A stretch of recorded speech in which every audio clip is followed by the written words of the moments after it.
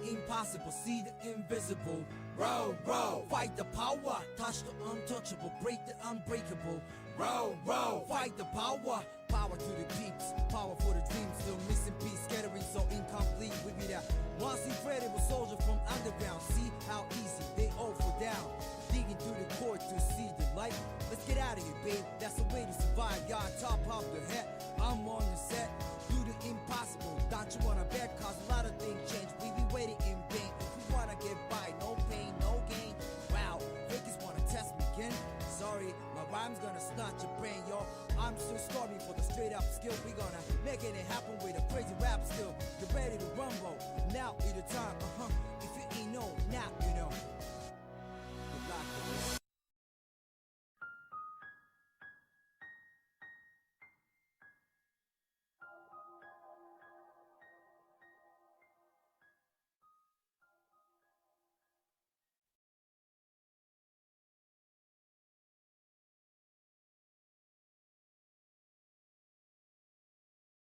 Everyone, welcome to our Drama Club podcast. This is a new podcast that I'm doing with my elder brother Josh. He's here with me. Everyone. This is my bro, he's my older brother. We've been wanting to do this for a long time actually. It's basically a podcast specifically for anime. I only do video game stuff on my channel. You've probably seen him in my reaction videos or in the background of some of my streams, probably even in my live streams in the chat and stuff. But we are both like people really passionate about video games, but we're also really passionate about anime. And so we decided to make an anime podcast so we could finally just let out all our like thoughts or things we want to talk about, things like that. Decided to call it the Drama Club podcast because we specifically enjoy drama anime, romance, things like that. We're more into those type of genres, so that's why we're here today, and that's why we have this podcast. Today's first topic is actually one we're really excited about. We literally can't stop talking about it off the podcast. It's about the Fruits Basket anime. Now, the thing with Fruits Basket is that Fruits Basket 2001, I believe. Is it 2001? Yeah. So it was 2001, right? Fruits Basket 2001 was actually our very first anime we've ever watched. I mean, unless you don't count like things like Pokemon, like Yu-Gi-Oh, Dragon Ball, like on Toonami, things like that. But Bomberman. Bomberman, like things like we Animal watched Crossing. other anime before, but when our true like anime journey started, like when me and my brother actually sit down, watch a series from beginning to end, and watch a traditional anime like on Netflix or something, it was with Fruits Basket 2001, and we've started, I believe, in like around 2012. If you want, Josh, do you want to tell our story about Fruits Basket since you were the one that kind of started us off? Yes, definitely. Okay. So, just to make it short, basically it all started in my high school years. I was currently a senior at the time, I believe. So yeah, Yeah. I was a senior. It was in my anatomy and physiology honors class. My teacher, she actually is into anime and video games, and her husband too, because they both worked at the school. He was actually my SAT prep teacher. But Oh anyway, wow. yeah. Um, and they were made for each other. They're like the same person, but just husband Oh and wow, wife, basically. I don't remember that. Yeah, they were so good. They were so funny. But yeah. So one day I'm in class and we had some free time, so she just went ahead and just put an anime on. And at the time, I wasn't really into anime or you either. Both of us weren't Yeah. really. So, I was just like, oh, okay, I'll watch it. I mean, I'm not gonna do anything else. So, and then the anime she puts on is Fruits Basket. and sub. But either way, it was Fruits Basket.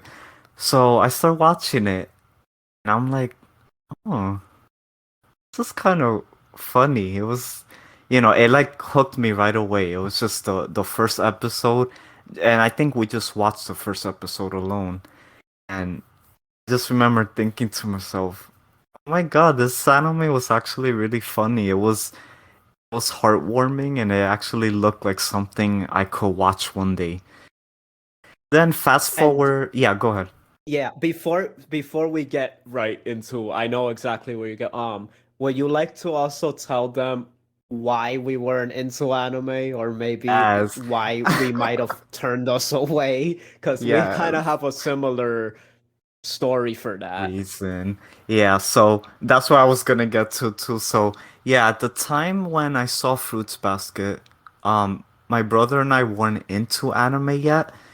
And one main reason we weren't into it, it sounds so funny thinking about it now. I guess you could say when we would see anime on the TV, we'll just think, oh, it's weird, quirky, the we don't understand the language, so we just think all their themes are like really out there, dark all the time, Dark, really dark. That was really the main demonic. thing. Yeah, Yeah, the main thing we thought was demonic, evil. I feel so bad saying that now, but it was Me too. It feels even like crazy that we were like that. yes, Edgy, yes, edgy, just yeah, not violent because usually creepy. the ones I knew about were the violent ones. I never knew about the masterpieces out there. It was just Yeah. yeah. So Or I wouldn't even put it that way. I would say that we just weren't, I guess, from the outside looking into the inside, even the ones that we saw weren't what we thought they were. Because a lot of the ones we saw and got creeped out by or we didn't like would even be ones we end up checking out later down the line. that's true. So I guess we could say we weren't as open-minded back then. We were really Yeah, and it was just safe. we probably just misunderstood it based on just the little we knew. It was like a culture shock, I guess. Yeah, we were vastly misunderstood when it came to anime. So yeah, it was just a culture shock for sure. But yeah, that's the reason why mainly we didn't watch anime. The only anime I watched as a child was Pokemon and Yu-Gi-Oh. Um, it's basically it. Even Dragon Ball was here and there, but I even told Jeremiah this. Even Dragon Ball at the time would creep me out because I wasn't used to that type of animation yet. With the violence and just certain themes, so even that would creep me out. So I will kind of stay away from that.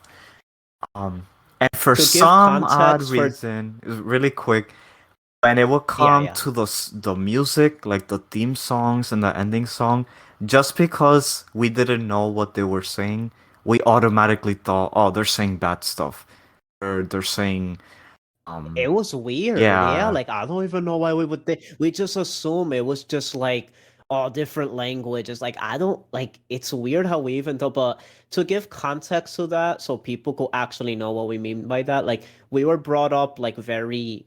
I guess we didn't watch things we weren't supposed to. If that makes any sense. So like a lot right, of the stuff we grew up with, like our parents always made sure we grew up watching like things that were for our age. Anime never, being anime is more to like a teenage demographic, even adult demographic sometime. I mean, the fact it was on Adult Swim says a lot. exactly. It's like it was basically it says a lot when it was there, and because of that, a lot of kids back in the day used to just sneak on there and find out anime or on Yeah. Toonami, but we weren't those kids basically.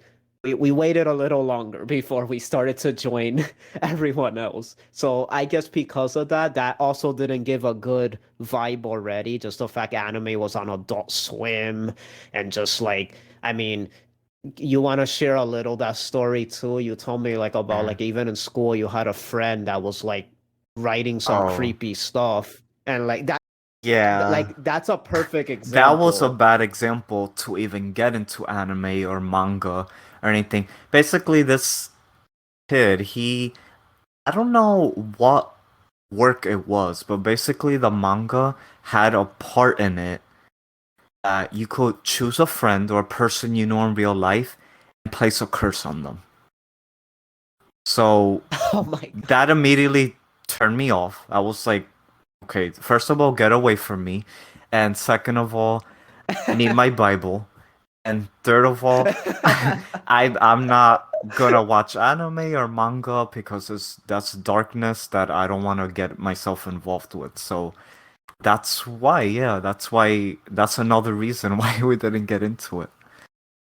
And this is coming from people who are very open-minded. Like me and my brother are very open-minded people. So don't get us wrong. We're not just like, oh, like it's just happens. We had the worst luck imaginable when it came to anime. Like it's just everything that had to do with it just happened to look dark.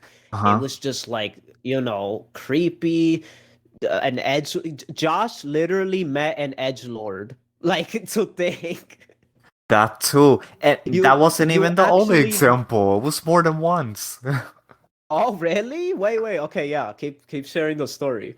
It was even this was in high school. Now back in middle school, there was this he was friendly to me, but he was really just out there. He kind of was, I guess you could call weeb in a sense. I, You met an early I weeb. met a weeb without even knowing I was meeting a weeb at the time, but um, he just would pretend like he had psychokinetic powers that could, kind of Okay. control people, and he'll just point his finger at a friend who will also play along and pretend he was like choking him to death or something. And he'll be like, "No, please help." Obviously, not like that, but he'll be like, "Please no." He'll be pretend What? like he's choking. I'll listen to you, and then he'll release him, and I'll just look at them and You be, sure that wasn't just Star Wars? "I doubt it. I doubt it. It seemed really weebish." But I could be wrong. Maybe it was Star Wars, and it was just me just getting creeped out. But I don't know. But yeah, that's just how it was. It was just so funny. And So basically, we just met edge lords before we knew what edge lords were. okay, that's what I was gonna get to. Yeah, it was basically we were always coming into contact, or at least me, um, into people that were into that dark works, like just the curses and magic, dark magic. But I never had someone come to me and say, "Hey Josh, you should watch Fruits Basket. You should watch Clannad. You should watch, Your Lie in April and Ohana." Never, never. That was all me and my brother. We all found that ourselves. It was just always catering to the dark anime or the action-packed anime, mature And anime. it really goes to show how anime has evolved in the West because that has a big part to do with how they try to, I guess, bring anime into the West. They It's had to true. bring action, dark Hmm. fantasy, and things that have like that keep kids' attention and stuff, or young teens and stuff. So they had to bring everything that fit into that. The only possible thing that would probably be lighthearted would be like anime, I guess, quote unquote, anime for girls, like, Sailor Sailor Moon or Moon. like card captors. Not saying that those are for girls, but it's like that's the only animes that would seem like, I guess, a bit on the normal side, I guess. Just Yeah, the themes, they're not as crazy or out there. And that's saying a lot because we're talking about magical girl anime. So that's true. it's And like even Sailor Moon creeped me out one time. that's crazy. Yeah, it's It's like we just true. weren't used to we're easily creeped out, I guess you could say. Yeah, because remember, even as a child, Toonami was around Adult Swim. So I remember I was how you call it? I was exposed to those works. I was exposed to that. It would just come on. I mean, I did watch Zatch Bell at a time. That to this day, I try to convince you to watch it with me just so we could see how it was. for old time's sake. Yeah. But Zatch Bell, all those, they will come on, and believe it or not, I'll get into them a little bit, but then I'll be like, okay, I'm gonna stop now. But oh, I'm not an anime guy yet. I'm not an anime guy yet. I'll just stick to Pokemon and Yu-Gi-Oh for now.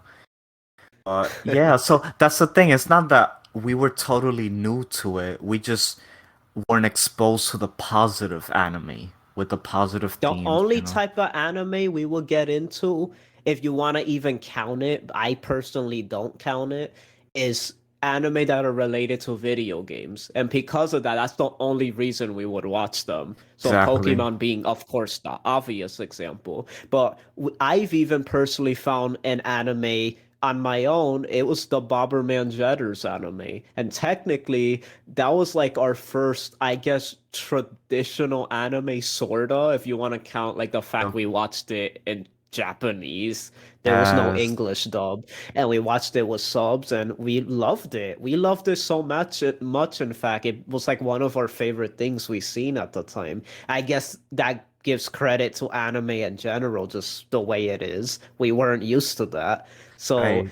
Pokemon and Yu-Gi-Oh! And the little bit of Dragon Ball we watched was like the closest thing to that. But that was like our only series we actually like completed and like watched in an anime aesthetic, I guess. Just the Mm-hmm. fact we're watching it in sub and just the openings and endings were Japanese. Like that was the only anime we actually like had the true experience of anime. But since it was video game, that was really our only reason we did it. So we still were a little weird by like weirded out by anime even during that time. Right, and even to think, like you said, it was like a true experience because it was even sub.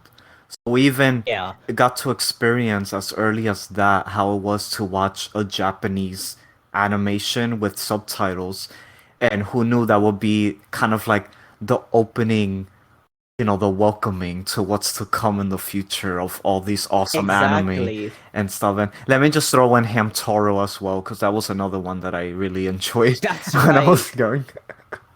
I won't lie, I never told you this before, but I forget that Hamtaro was an anime. Yeah. I actually didn't know that until like recently. For some reason, I know it's hard to explain. It's like I know it was like a Japanese work, but for some reason I didn't know it was an anime, if that makes any sense. Like That's yeah, that's it's like I understandable. forget when didn't they used to give that like on kids type of channels and stuff? That was no, it was actually on Cartoon Network. I think it was part of Toonami, like the early block. Oh But wow. but yeah, it was actually on Cartoon Network. But yeah, I could see why because it was never mixed in with like if I remember correctly, like with a heavy action show. I don't think it will ever be oh Hamtaro now and then oh up next Dragon Ball or something like that along those lines. So that's understandable. And I just remembered, do you remember that little book you got when you were Y- little? yes, I Right. do. So that's to show how Americanized that anime turned that you could just walk in a store as early as those years because that was still a really huge deal. And you just see a little book for little kids. Oh, how to count your numbers. Yes, that's right. I just remembered what it was. That is so, oh my God, that brings so much memories. Right, That's but crazy. that's shocking because as early as that they were already trying to market anime in America. So even to show that, like, to say that Hamtaro kind of played a part in that because that was kind of popular over here too at the time. Yeah, definitely. That's one of those animes too that a few people also like adore. I mean, Rogers Base is a big Hamtaro fan. He grew up with it. There's like a lot of Really? people I Oh, know. you see, I Yeah, didn't there's know a lot that. of you see, there's certain people that like grew up with it. Like you and him are like the only people I know that like were part of the Ham squad or whatever you want to Ham call it. Ham. The Oh early yeah. fan base in the West who adored that show. Oh my goodness, that's so funny. It's the generation, I guess.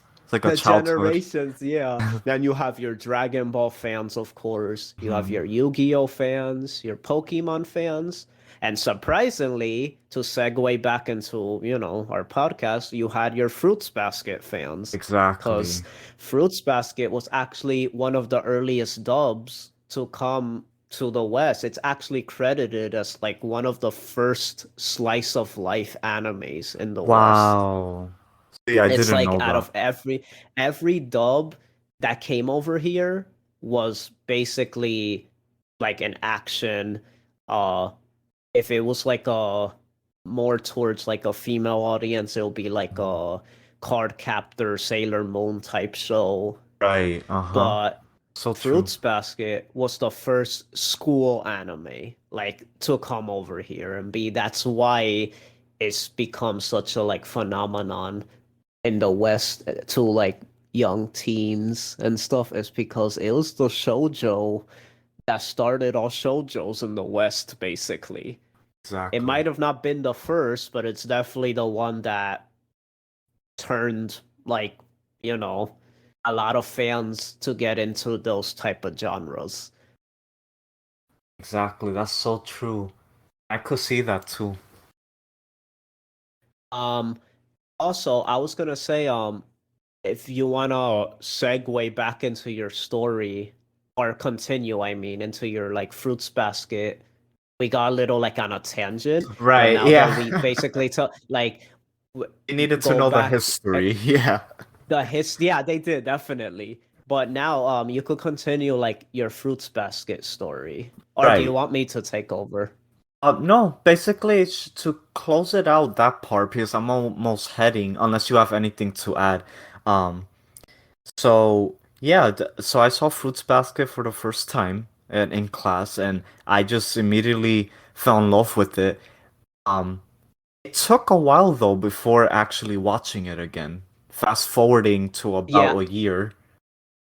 can I tell this Yeah. part? Because this part is from my perspective, and I Right. think it'll be like, it's a lot.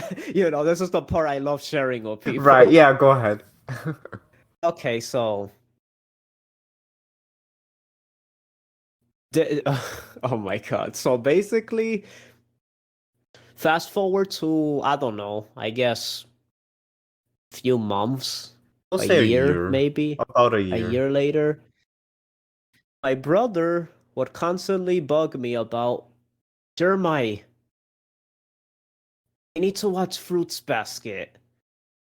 Or like, he gave me the rundown of what it was, that it was anime, and we need to watch it. And I'm just like, what? I don't, what? It's like, no. It's like, and this was during a time when my brother would just like ask me to watch stuff, like watch that in particular. He didn't ask me to watch stuff. It's pretty much the only thing. But I was, just a meanie back then, and I used to just say like, no, I don't want to watch that. I don't give a heck about that. Like, why you keep like obsessed with that and My stuff. heart. And yeah, and for the life of me, I don't know why my brother didn't just continue on his own just to go watch it and like just watch the series on his own, because what ended up happening is that we both started the anime together. But it's just, I find it really funny that it's like all these months that my brother is saying, oh, let's watch Fruits Basket. And I keep saying no, how much I like, I to the point I got annoyed. Like, I'm like, I do not want to watch this. And I just find this so funny. My brother never went out of his way to just find it and just like leave me out and just, just watch it on his own. But I guess fate worked out for the better, because this will lead to one of like, I guess, our favorite hobbies ever in current times. Hmm. Journeys. One night, yes, journeys. One random night, I don't even remember like when it was or how it happened exactly, but one random time, my brother just happened to try again and say, "Let's watch Fruits Basket." Like it became a meme at this point. He just wanted us like he would just say it just to say it, but like I guess he wasn't even sure of like, oh, it doesn't really matter and stuff. And for some strange reason, I said, okay, fine. I don't know if I was so bored out of my mind. I'm like, you know what? I'll just entertain the idea and I'll just like watch it.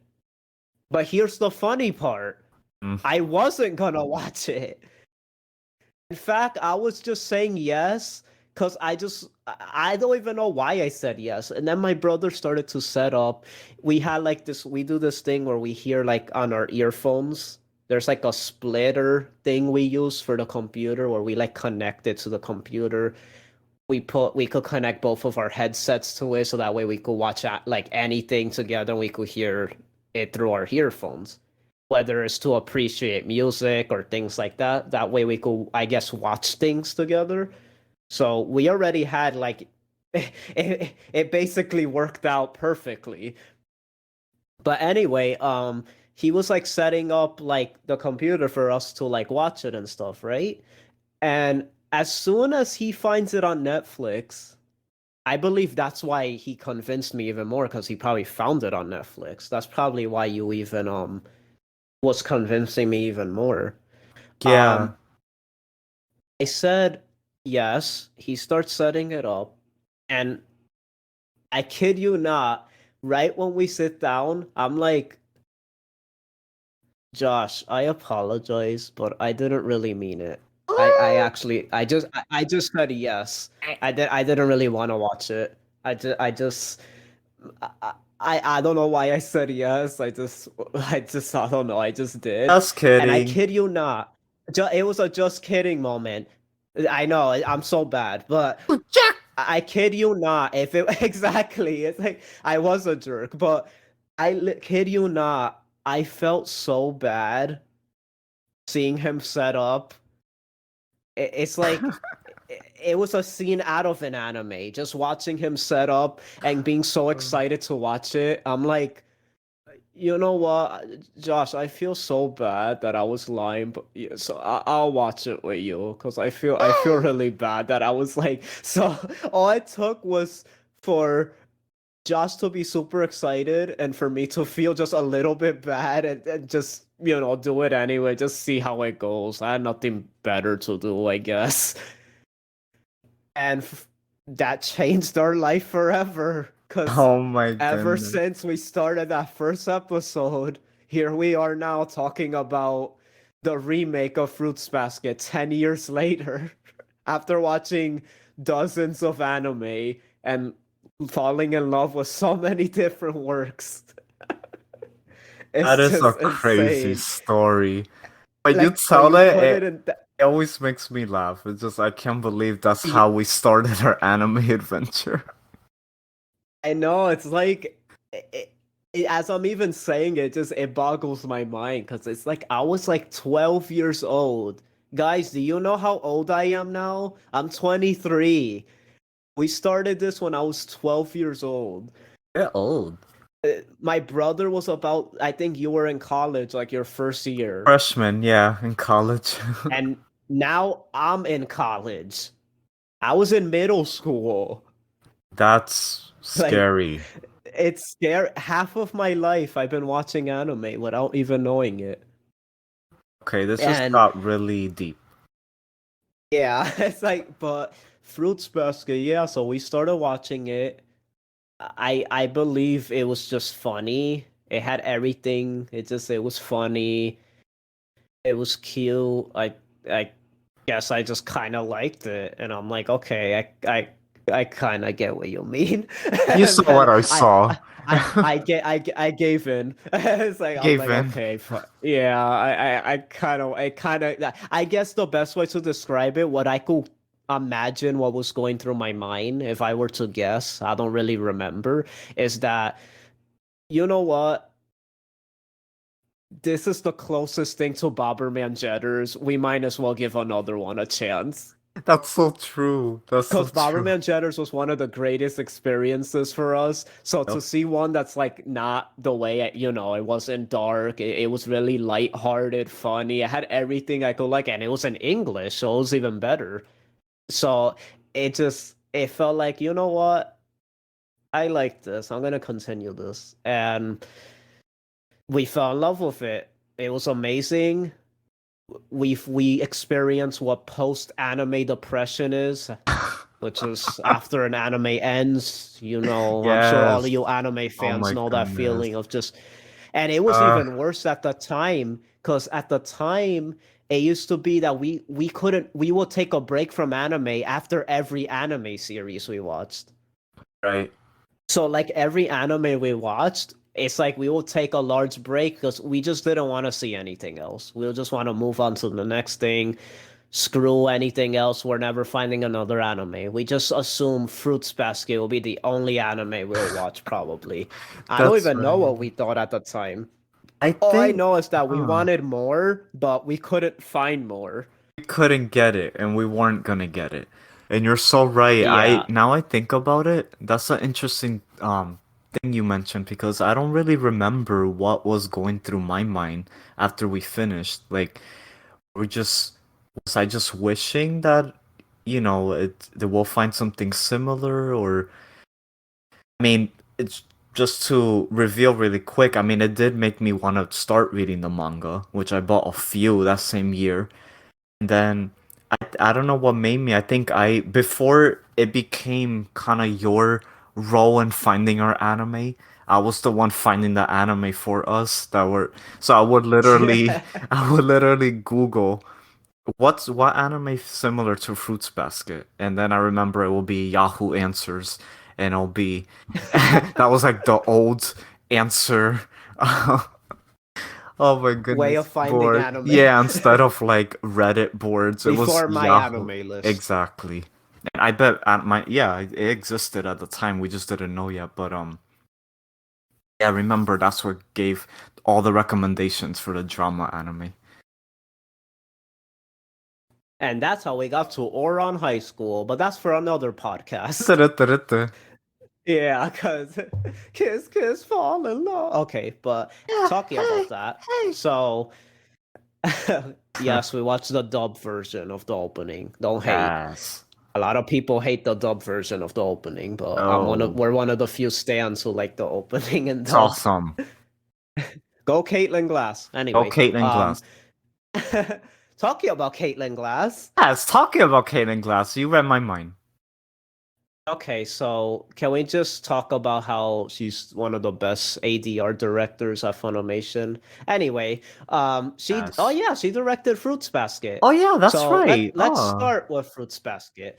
what a coincidence. Okay, so after we finish Fruits Basket, we find a lot of better anime than Fruits Basket. Like Fruits Basket was basically like that thing you watch and it's like it's good, but then you see other stuff, you're like, okay, there's better stuff out here. That was Clannad, basically. Yeah. For those who don't know, Clannad is our favorite anime of all time until something. But Yeah. Clannad was basically for the longest time our, I guess, I don't know the word I'm looking for, but like the benchmark. Is Hmm. that the word I'm looking for? Yeah. The epitome It's of like, what a drama anime should be. yeah, or even anime in general, for us at least, like That, how great it can be. right. So for the longest time, Clannad was like, yeah, epitome of drama, and then for us, just our favorite anime. So Fruits Basket kind of just like became this, like, oh, that was our first anime. Oh, it was a good drama. It was one of our better ones. But if I'm being honest from my perspective, I like forgot about it. Like I just feel like we No. watched so many good dramas that I just kind of like, oh yeah, that was good. 9 out of 10. But like it's like it was just the only thing significant about it would just be like, oh, it had a good dub. It was a great anime that got us into anime. Kyo was best boy. That's it. Toru That was wasn't literally, even. yeah, like Toru was like just generic female pro tag in my mind. Like, oh, she was a good pro tag, but like we'll get to that. Yes. Because boy, have times changed. Oh, for sure. So Now let's talk about starting the remake Okay. and hearing the different critic reviews and stuff. So basically what happens in 2019, they announced a remake of Fruits Basket. Now, I'm going to tell you right now, I need your help with this one. Do you remember our reaction or when we found out about this? It's funny because I was thinking of that the other day and I was trying to boggle my mind like what was our reaction? Because okay, that was the year before Yeah. COVID. So COVID wasn't happening yet. So I'm thinking what other major distraction was there? I mean, I guess I was going through that whole job change, so I don't know if you told me during that time. And I think we weren't even watching anime. We were like in a break with anime, so that's Hmm. the only thing I could think of. Because the way I see it is that if it was announced, that must have been that it was announced before 2019. Right. I And mean, I that'll know be we were before. excited for sure, but that's all I could think Yeah, of. I think it was announced before we even started watching anime again.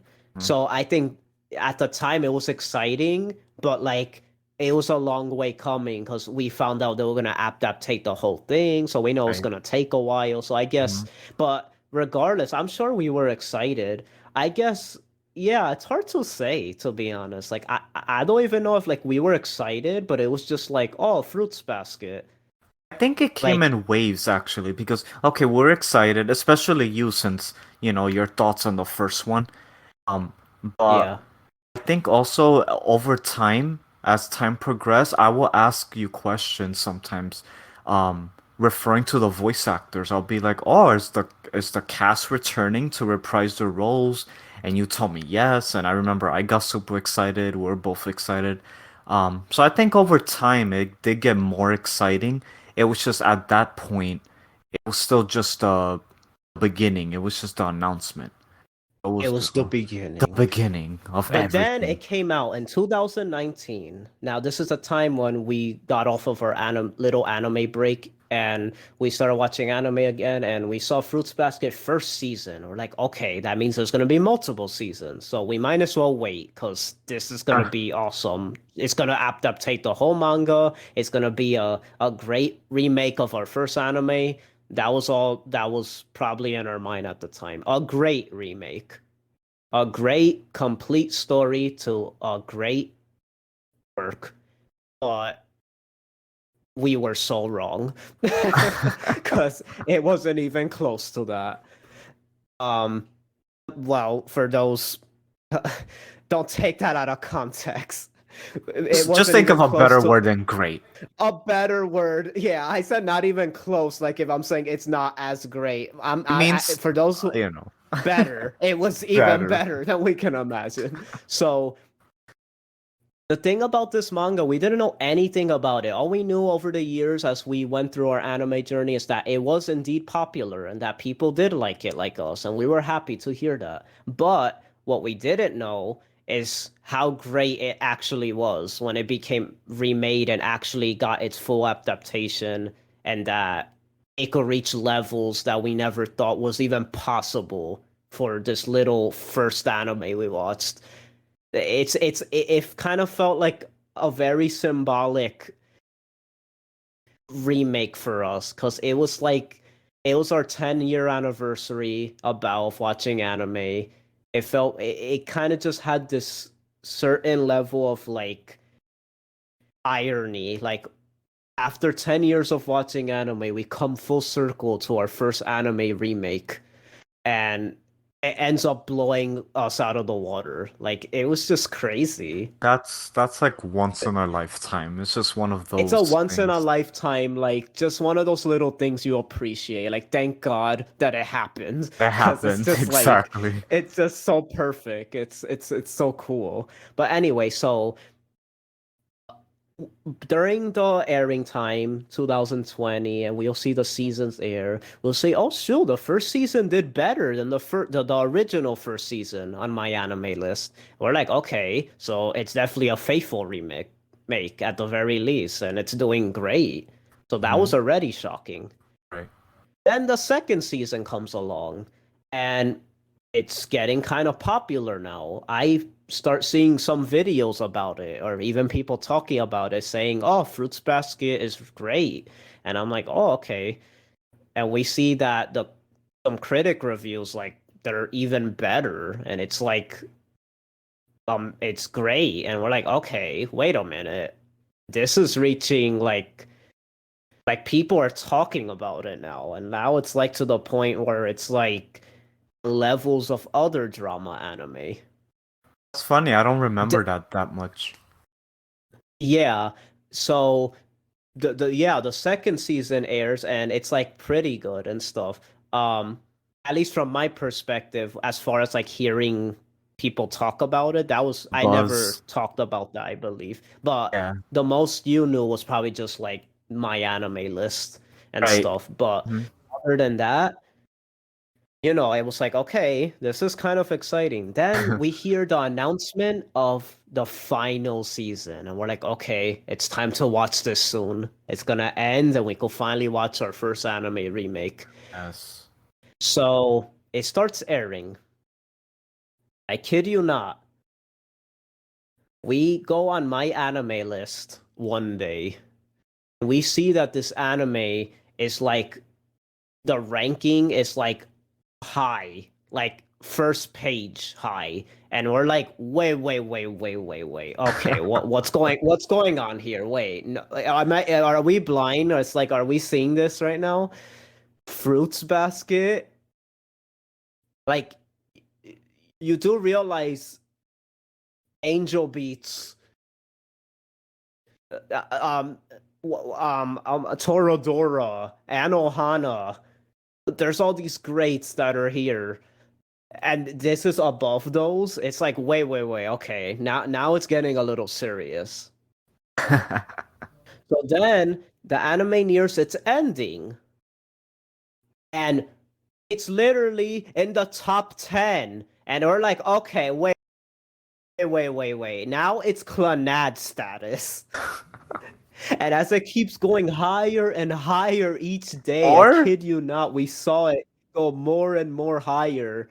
And this was simul-dub, so it's like uh, we're waiting to counting down the day when we're gonna watch it. We're like so excited to see this now. We're like beyond excited now. We see it right now. It's sitting currently tied in third, fourth place, and it's like we can't believe it. It actually surpassed Clannad and all these other fantastic drama anime, even action anime. And we're just like, how has this happened? Like we're talking about current anime fans. Current anime fans that are like very strict and like they're just like picky, I guess you could say. And we're seeing our beloved Fruits Basket like reach these levels. It was like unbelievable. It's like it's crazy. that was crazy, Jeremiah. That I still remember you telling me just when it was on the first page. That was shocking enough. Like for me as a big Fruits Basket fan, that was satisfying enough. Just the fact that people were appreciating it and they were actually seeing what it was. And then that's just me not even knowing the entire season. I just automatically thought, oh, it's gonna be good because they're adaptating the whole thing, and I fell in love with the original adaptation. Imagine how I was gonna like this one, so I already know I was gonna love it. But just the fact that it was gaining the attention, that amount of attention, I was just satisfied. But that was just the icing on the cake. Just it rising all the way to the top like that. It was crazy. Yes, exactly. Before we actually start talking about the anime, because we went into a whole rant, but it was much needed. It's our first episode. So it's like we needed to talk about our origins and stuff. So, but I want to start getting into the actual anime. But before we do that, actually, we kind of could go right into it, but I basically want to just talk about I guess our first like things we notice, and this goes into like our thoughts on the anime compared to the original. So this is gonna be things like the first thing you notice when you see the remake. One, the animation. Yes. Two, the music. Yes. Three, the voice acting. Hmm. And just the adaptation of the characters and stuff like that. So the first thing we notice from the anime, we start it finally, and we start our first journey with this anime once again. The first episode starts. The first thing that's very noticeable is just this anime is absolutely beautiful. TMS did like a fantastic job on this. They're known for other works like Doctor Stone. Yes. Um, Other anime can't come to mind. I know they did something else we didn't watch, but it was like it was beautiful. Like they had no right making it look this good. They're definitely a studio to look out for. Yes, this is their defining work so far, and I'm so happy it's this one. Too. But Yeah. anyway, so the animation was really incredible. The music was even better than the original. Now the original was already like I remember we used to love the music in the original, Yeah. but this has a lot of memorable themes, OST wise and opening and ending wise. Like it's just everything was a banger in the show, and it was just like Yes. everything. It was immersive, it was atmospheric. It really set the tone for this adaptation. It Exactly. has everything that's like if there's a dramatic scene, it perfectly fits the tone. It has the comedic moments. It has the freaking Yoshi's Crafted World flutes or whatever you want to call it. Like it has. We always make this joke that's like if there's like any type of flute that I don't even know what it is. It's like off-key flutes or Off-key whatever. flutes. Like we're just reminded of Yoshi's Crafted World because it's Recorder. just like It's more like recorder. recorder. That's what I Yeah. meant. Yeah, it's like it's just the funniest thing, and it just became an inside joke between me and my bro. Like, every time we hear that, that's in a lot of anime too. Yeah. We've heard that in plenty of other like slice of lives recently, and it's the funniest thing. But yeah, it like really sets the tone for comedic moments, but then they could change on you real quick and play like these beautiful, just amazing soundtracks that are just really memorable. It's like, I mean, I kid you not, we were still singing them after the show ended. You were saying Yeah. how you couldn't get one of those songs stuck out of your head. Yeah, pretty much the main theme that plays in a dramatic part. I actually found out the name of that song, and everybody says the same thing. Oh my God, really? I was gonna do that, but It- I never had the time to actually search it. Everybody in the comments was saying how it's one of the best OSTs ever. Oh my goodness, that makes me Like, feel so good. yeah, me too. Like, I was so happy to hear that. Like, everyone was saying how when I hear this song, I know I'm gonna cry. It's Exactly. like that's the perfect way to put it. Like, it's just it's perfect. The song name. We gotta know the song name. Yeah, we have to. It's like new song. It's called. It's coming. It's literally called "Spring Will Come When the Snow Melts." I believe that's a reference to a scene in the Oh my anime. goodness, that's I think the Hatsuri scene Hatsuri scene. when Yeah. Toru mentions that when he asks her the famous question of like, oh, what happens after winter or whatever, Right. and then she answers spring will come, Spring will and come. then and it's like I can't believe the song is literally named after that scene Wow, that's because I crazy. think that's the first time the song plays, so that's I why they think so named it too. that. I But I wouldn't be surprised, but I mean, not to uh, mention that's a powerful scene on its own right, that and it has like is a big impact in the uh, show. It's one mhm, of the first show. It's one of the first scenes that like establishes, what this show could be and stuff. exactly. And we But felt that for sure. we felt that we'll get to that scene soon. I just wanted to like throw that in there really quick. But Mhm. yes, the music's great. Um, I guess we should just start out right away. Let's start talking about just the beginning of the anime and Toru as a character. Yes, please. Toru has become, I kid you not, for me personally, I'll be honest, she's the best female anime character of all time for me, or at the very least, the best female lead in anime. Yes. Yes, but Because she, yeah, go yeah, ahead. go ahead. Well, yeah, just before you continue, I agree with all that. I just have to personally mention five top character traits that I have to describe Toru off the top of my head. Um, well, actually, I wrote them down because I wanted to make sure I remember. They may seem simple, but they're not ranked except for the last one, which I feel is important. Obviously, she's kind, she's caring, she's definitely hardworking, which is a trait that I adore in characters all the time. She's really family oriented, which shows as you watch the series. And then this one, she's stubborn when it matters. So Yes, a lot of times, exactly. if people don't know her, they're gonna just say, "Oh, she's just an annoying Mary Sue," which we'll get to that later. But if you watch the show, there's numerous times when she's trying to help various characters, and a lot of times they reject her help. They don't want her help. They either brush her off, they're really mean.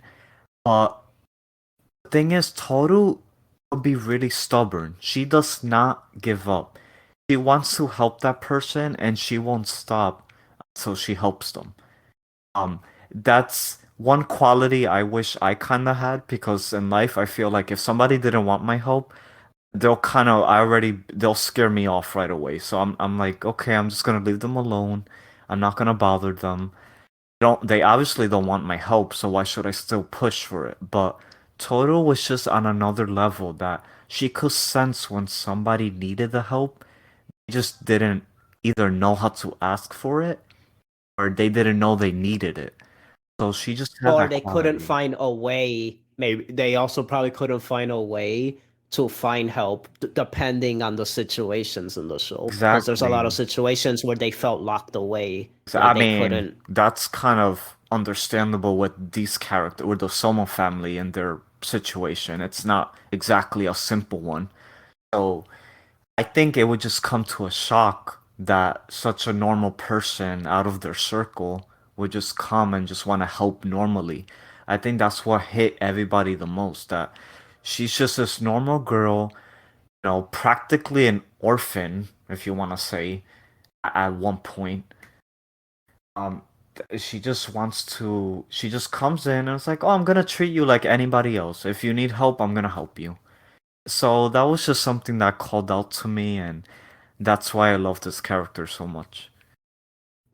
Yeah, that's a really good point. I feel like she's stubborn, but it's stubborn in the best way possible. Because Exactly. it's like she's stubborn, but it's not in the way that could probably be. I mean, it is annoying to the characters in the show, but Mm. it's a good quality to have because it's the only way she could break through the troubles that these characters are trying to solve. So it's like she was the foil to a lot of the characters, like what they were going through, because they needed that little hope in their life. And without knowing it, like she became a big impact on every single one of them. And I think that's the special thing about her. Exactly. And she I also mean, they even acted, mention it. yeah, yeah, they mentioned it, and not to cut you off, but she gave them that little push. Sometimes people don't want that push, but she acted like that push to push them kind of in the right direction. And that's how it resolved a lot of their key issues in the series.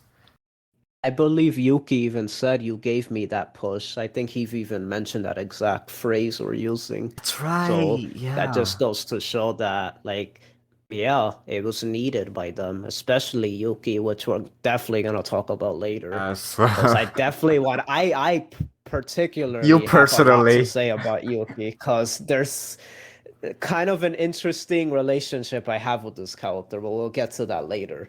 Um, okay, so yeah, Toru. So Toru, I feel like just demonstrated one of the most satisfying character arcs, but in the most untraditional way. Because it's like, I kid you not, this anime is probably the most, um, how do you call it? Like, it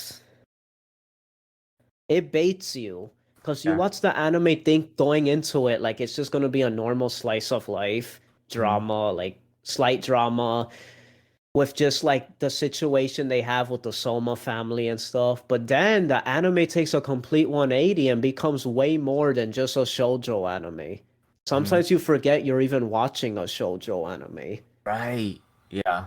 And it's funny because I just watched a video today where a guy was saying how this is so much more than a shoujo anime. He literally was pointing out how like the anime starts out and it's like it feels like it's gonna be like, it's gonna have funny moments. They're gonna be making faces and you're gonna laugh and you're gonna chuckle and there's gonna be but there was always this sense of like something going on in the background. Like there was always Right. this sense of mystery, like especially with a certain dog, but it's like there was always just something happening in the background that kind of, if you paid attention, it felt like I Have have to keep watching purpose. this. Yeah. There's something happening here that's kind of off. Yes, Like there's it's not something, all rainbows, It's not all and peace. I watched this other, I watched this other video too where like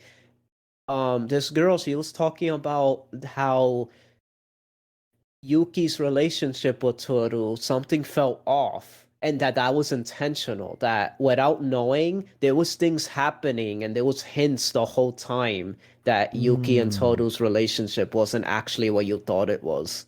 Oh And it wow, was that's dropped throughout the interesting. entire, it was sprinkled throughout the whole anime the whole time. And it's like, if you didn't watch the story, you'll have no idea that what he comes to realize and say at the end of the anime is you actually see if you go back and actually study all the different like scenes he had. And if you study in comparison to Kyo, which we kind of mentioned when we were watching it, it felt a lot more like they were the main ship. Right. Like it felt like Toru and Kyo were actually the main ones. For a while, it For a felt that while, way. it It's like became what, imminent. Like it kind of became a little obvious after a while. but then you start to see that that's not what the anime was even trying to do the whole Exactly. time. It's like, wait a minute, it wasn't your typical love triangle show. It was a Yeah, completely different story entirely. it was, but it kept you guessing at the same time. That's the best part is that you think it's that, but it's a facade. There's Yeah. like, and the best comparison I could give to this show, it's gonna be an odd comparison, is Seven Deadly Sins. I feel like Seven Deadly Sins had a very similar concept of having this show where it kind of tricks you into thinking one thing, and then you find out halfway through the anime that it was actually doing something else all along. You're so right. That, yep. Because it's like the characters, you kind of just think, wait, are they the villains? And then Hmm. as it goes on, you're like, wait a minute, no, they're actually sympathetic characters. They have all their stories, and they're misunderstood. Exactly. That's And so then true. it's like you become to like know, like find out that these characters are layered and they have like a lot more depth to them. That's a reason why I personally think that anime is super underrated because a lot of people just watch the first season and they never see that there's actually more to these characters and stuff. And I could say the same thing about Fruits Basket, which I feel bad for anyone who drops it within the first 5 episodes. No, that's actually a good comparison, though. I didn't think of that. Yeah, it's like it's just really, yeah, but back to Toru, I feel like this was the best nice character. Like Yeah. it shows how you could make a nice character and they're not generic. They could have depth to them, and they Yes, could still stay to their true self. And I find that amazing because it shows that there's a misconception because of there being nice characters and them being poorly written. People think that there can't be nice characters. exactly. Yeah, But or in reality, this show has proven that you could make a nice character. You're just not doing it right. exactly. That's so I true. feel, yeah, with Toru, I feel like as the show went on, you discover she has like a lot of deep, dark things, like that she's like insecure about herself.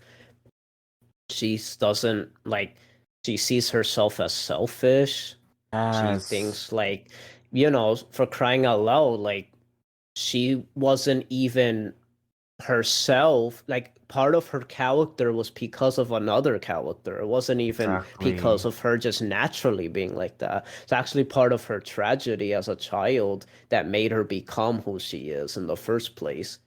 That's crazy. You see what? When we dissect Toru's character, that's when I just appreciate the character even more because that's really deep. Like for a character, that quality is just it's crazy. You don't see that a lot. And I think that's Yeah, I why agree. she's adored by everyone. Yeah, even in the show. Even in the So show, I can exactly. You can't, let's put it this way, simply. Even the character that you disliked at first, that disliked her at first, yes. um, Yeah.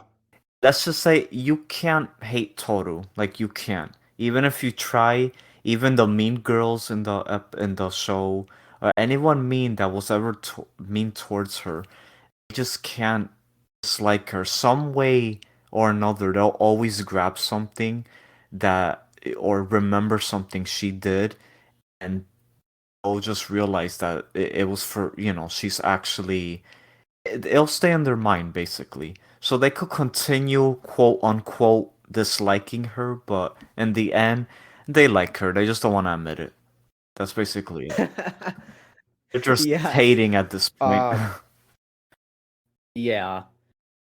Talking about Sundays, right? That's what we're talking about, right? Well, there was But more than one, if I you, think. There was the kid.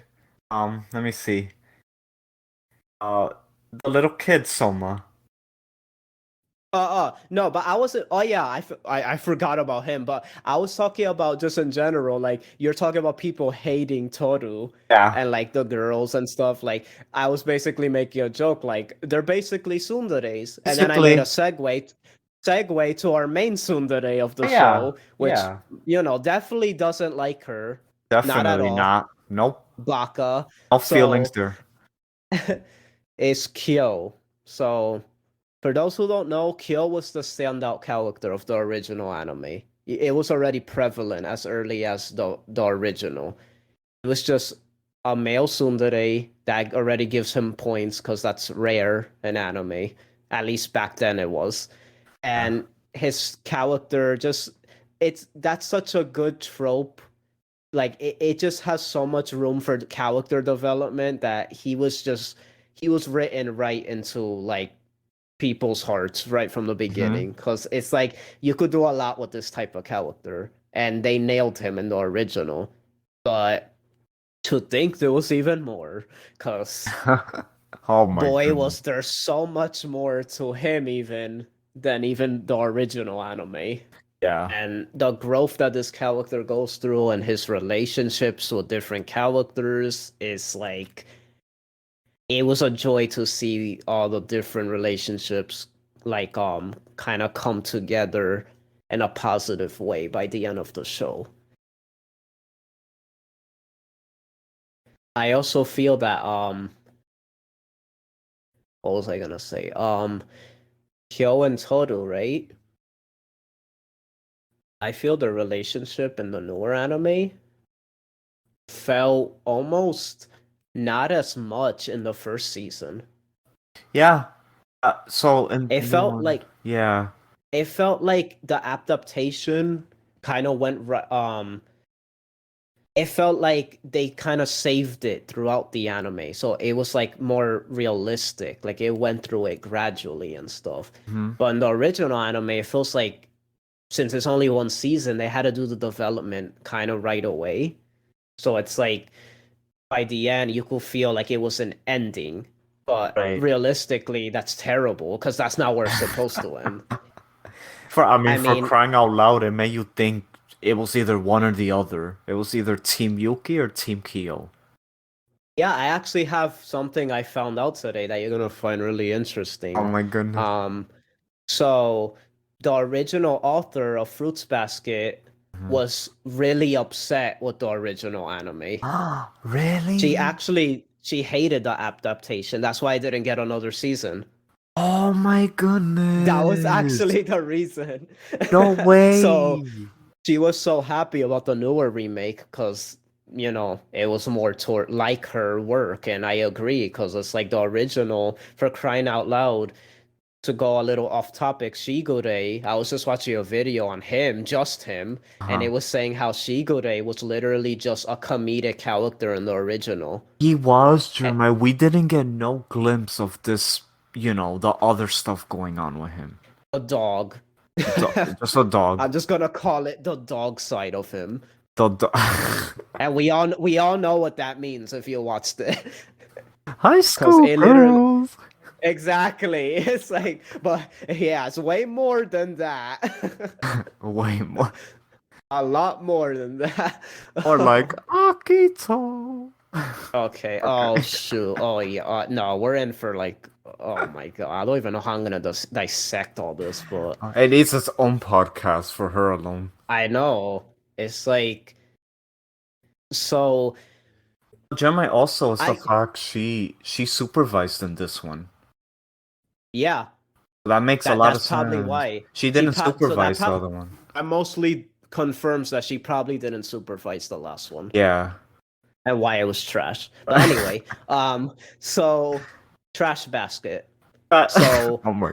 that's the Oh my. original. Officially, it's Trash Basket. This is Churuba. Fruits Basket. That's actually the prequel, trash prequel that you're not supposed to watch. It's It's a like demo. The Star Wars trilogy. You're not supposed to watch. You're really Oh supposed to my just watch 4, 5, and god. 6. The other ones don't exist. So that's exactly what that is. We don't talk about that Wow. one, It's like the other end. even though it got us into anime. Yeah, exactly. So we But could that's all. credit that. It's only held up by the fact that it was already a good story. Right. So it just could have been even better to think. Yeah, I know. It was there the whole time. So Toru, um, as we go through like the series, we'll get back to different characters. I just want to Mhm. kind of review a little bit about each character, and then as we go through the show, then we'll talk about like what happens.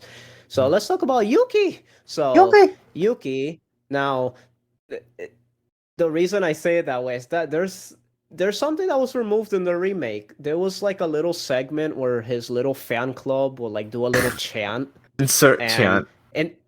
in the dub it was hilarious and really cringy, but it was hilarious. And they'll just go Yuki, Yuki, Yuki! ah la la la la la la, ah la la la la la la, and it was like it was it was it was the dumbest thing ever, and I could see why they removed it. Oh my goodness. And we were But actually thinking how they're gonna do that again. we were anticipating the Anticipating Yuki it. fan club, and we're like, oh, okay, it's just Jamie Markey, but then that's it, And that's it. and the other This one. girls, but yeah, Yuki. Okay, so for those who don't know, well, no one knows, only you. Mm. Yuki was I had a love-hate relationship with Yuki because in the original anime, I didn't care about him. I'm like, no, Team Kyo, Yuki Oh sucks. my god. It's just he's a Chad simp. But then again, I think my love for Chad simps over the years has made me realize that Yuki is my kind of character because he's literally a Chad simp, and for those who don't know, that's like my favorite stereotype. It's a proper one. Yeah, I mean Haruma from School Rumble's basically a Chad simp when you think about it. But he's That's a my likable favorite. one too. Yeah. That's my favorite character of all time. So that That goes says to a show. lot. But so with Yuki, he's more of a princely Chad. I Right. guess that's the best way to do this because Princely. there's a Chad and then there's the princely It's like a Chad. And Tamaki, but that but not really. yeah, basically Tamaki from Oran. Yeah. So the thing with Yuki, I feel like in the original, he was just like, oh, he's just, no, I don't want her to end up with him. He's just like trying to win her over with his dumb little like flower scenes. Back in the old anime, they used to do this a lot where they like do these dramatic cuts where they just stare at each other and just like, oh, senpai. You know, typical generic senpai scene of like just like Doki Doki, my heart Oh blush, my like, you know, goodness. but now it's like, while they still have those scenes, you find out that Yuki wasn't even that character. That wasn't even him. That wasn't even who he Shocker. was. It's like the original anime just completely tricked us and made us think he was that type of guy. Yeah. Generic. And while he wasn't in the original, I Mhm. still didn't like him that much. I liked him, but he was just like an okay character to me. Right. I always liked Kyo. Yuki was just like, he's just like pretty boy guy. I don't know. He's Hmm. weird. And It's weird. the only reason I will like him is out of nostalgia, just because they're the original anime characters we've ever seen. So Eric Vale, I'm a big fan of him, so that was his original work I've seen of him. So I'm just like, yeah, Yuki was my boy, but not really. Mm. Not really. But but when we see the remake, Yuki single-handedly changed my mind and actually might have topped Kill for me in some aspects. That's crazy. Like he was the biggest surprise alongside one other character we're gonna get Yeah, to next. But for sure. Yuki in the remake is crazy. This kid goes from finding out that it's a facade. He doesn't actually think he's nice. He thinks he's just doing it just because. Hmm.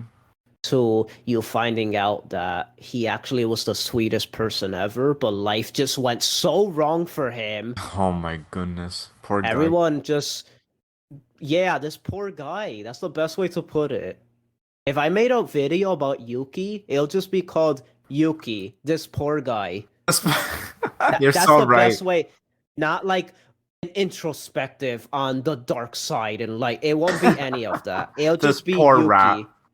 This poor rat. This poor Rat. mouse. Mouse It's boy. like, yeah, like Yuki was an interesting character. For sure. He was. He was just like there was so much going on with him. Like you had his relationship with Toru, which was like the only light in his life, like a lot Mhm. of other characters. Yeah. You had his relationship with Kyo, which Mhm. was super intense and super like you never thought these guys will ever get along. Right. Then you had his relationship with Akito. Oh Oh my boy, we're goodness. gonna. I rather get into that when we get to that character, but Drama. he, yeah, like Yuki was just he was a tragic character, and I believe he was the most tragic character. Ironically, I could agree actually. Yeah, because Yuki went through a he's lot he's of up he's things. he's up there. He's up there. He's definitely like top three most tragic characters. Yeah. While Kyo was tragic too, I feel like Kyo knew what he wanted to do. Yeah. He had a grasp of his life and what he wanted. He wanted Toru, and he kept going with it. And he kept going with it. And just the fact he was, resembling the cat in the Zodiac, so Exactly. it's like he was separated. Even though, we Y- find out in the end it wasn't that the whole time, but yes, but that's yeah. yeah. So, but yeah, Yuki's kind of just this nice guy.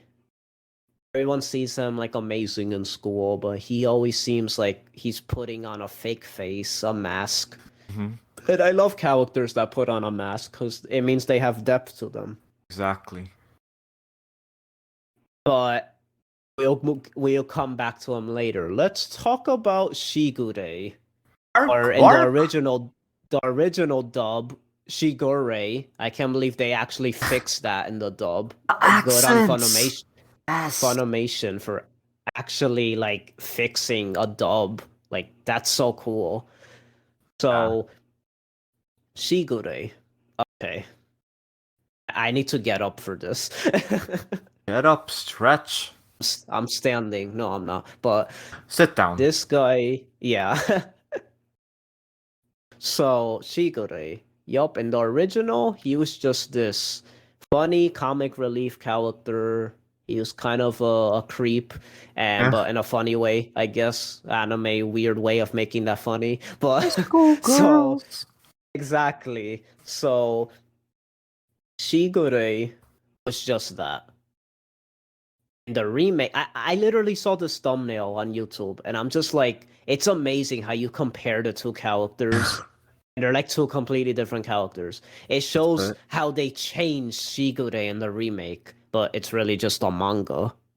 that's not a That's how change. he is in the That's manga. how he is. Yeah. It's just a bad adaptation. Exactly. It shows the original picture how he looks, and it shows the new picture, and it's just like, whoa, this guy looks menacing in the newer Yeah. one.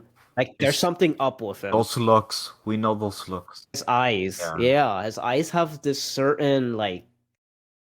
There's something up with this character. Are you staring at me like Now, that? yeah. So this brings me back to bring it back a little bit. The first episode starts, and we were amazed by this awesome anime and just like how it looks. And we're welcomed with Toru and Shigure in the very beginning. I just want to like go on a small like little detour. I That was one of my favorite moments while watching the remake. It was a very nostalgic moment seeing her re-meet Shigure. They did a fantastic job giving the nostalgia Yes. of Yes. like the first scene. The first scene was adapted so perfectly. I Oh, felt like I perfectly. remembered it scene to scene. It was like it was the same. It was just so good. And just hearing Shigure again, and the voice actor did such a fantastic job with this character. Like John Bergmeyer knocked it out of the park with him. Like Yeah. we barely hear this voice actor. He's one of the people of Funimation that's mostly in the background, alongside a lot of others in this show. But like Mhm. he was just incredible. It felt good to hear him, and he put on like a really smooth voice for this character, and he was probably the standout for like I guess just raw voice, Right. not emotional or scenes like that, but as far as like raw delivery, he was a standout, one of the standouts. So we see the scene where he meets her and stuff, and it's just like, okay, like, he's just this nice guy. Gosh, do we miss him so much? Can't wait to see all the funny scenes with him. I can't wait to love Funny. this character. Yeah. And Funny. I'm just like, kid you not, he was the standout for me in the very beginning. Hmm. And then something happened. What happened? Shigure betrayed us. And we started to see scenes of weird looks, weird moments with him and Hatori talking, Oh, their weird scenes. moments Yes. about him talking about a plan that he has Plan, and this insert master. dramatic music. Yeah, like this guy just came out of nowhere and said, "You know what? I'm a villain. Let's use Toru. I, I am actually one of the villains of this show." Oh And my I god. feel a lot of people will put that on Akito, but I disagree. I feel that Akito and Shigure are actually the antagonists of Fruits Basket. You actually mentioned this other day, yeah, and you brought it to my attention, and I agree with And that. how perfect is that? That these two are the antagonists. Wink, Yeah, wink. wink, wink. Being what their history together. But we'll Exactly. get to that later. Only makes But sense. they literally partners in crime, even though Exactly. they were against each other. So complex. Yet they were together. Yeah, I guess. Like so much happened with the show. It's just like what? Okay, Yeah, it worked. but it worked. But yeah, Shigure was fascinating. That's the best Yeah. word I could get. Uh, He was a fascinating character. I didn't know how to feel about him. There was Yeah. moments I would come to like I would just in between episodes I'll be like, Josh, I don't know how to feel about Shigure anymore. Yeah. You couldn't read He him. what Yeah, he was the hardest character to read. I felt like, do I like him? Because right now, I don't know if I like him Are we anymore. supposed to like him up to this point? Yeah, and the thing I love about this show that brings me to another point, what made this show so cool is that even when you don't like a character, it's not that you don't like how they're written. It's just that you don't like them because they're meant to not be liked. Exactly. And you could see that They were clearly. they were written in a way where you were supposed to feel things. Yeah. Like it felt like every character was real and there was so much attention put to every detail, like Right. how they react, how Mm-hmm. they progress the story, how they slowly reveal stuff about them, how Mm-hmm. you go from neutral to liking them to neutral to not liking them to hating them to Exactly. loving them. Uh, Like it how yeah, it just it was a roller coaster for sure. And that's the thing we talked about too, that this anime just had everything had a purpose. So everything you just mentioned, all those little nuances of, a certain look or like what was said, if it might skip over some people's heads, like the least obvious ones, but when you look down to it, everything had a purpose. And if you pay attention, you'll come to realize, oh, that's why they did that. That was the purpose of that scene or this little part. So I just found that amazing. yeah, exactly. I feel like it was just crazy. It's like everything. There was a nuance with every character, With and there was everything. hints dropped. It was always something. Can I just say And that every episode just made me want to watch another one? I just want to throw that out there really quick about this anime and I mentioned adaptation. Yeah. and I mentioned that there's people that actually said, "Oh, I'm bored." I'm in silence because I don't know what to say to that. I literally saw a comment before starting the podcast saying, "Oh, I'm 5 episodes in and I'm so bored. Everyone says it's so amazing. Should I keep going?" What? But And I'm like, get out. get Like, out. Oh, watch it first, then get out. I respect opinions, but like, Don't say you're bored. you're wrong. You're wrong, Jeremiah. Well, I was trying to come up with an example. Like another anime that might have seemed boring at first, but then I bet that person watched it. He said he watched Clannad. Okay, perfect. I was afraid to say that, but I was gonna say that as an example. Because I feel that is a He's anime that, especially that one, people could get bored in the beginning. and he said he watched it and loved it. Okay, so I don't get it. And I'm like, what? He watched Toradora. I'm like, oh my god, he watched Toradora, Clannad, and he said he couldn't get into Fruits Basket. I'm like, well, you just need to keep going. Yeah. I think that's the 'Cause problem. I mean, that's understandable. I mean, we a didn't lot feel of that people way. said the first season was slow, and I'm like, what? Define slow? I Because didn't find it like that.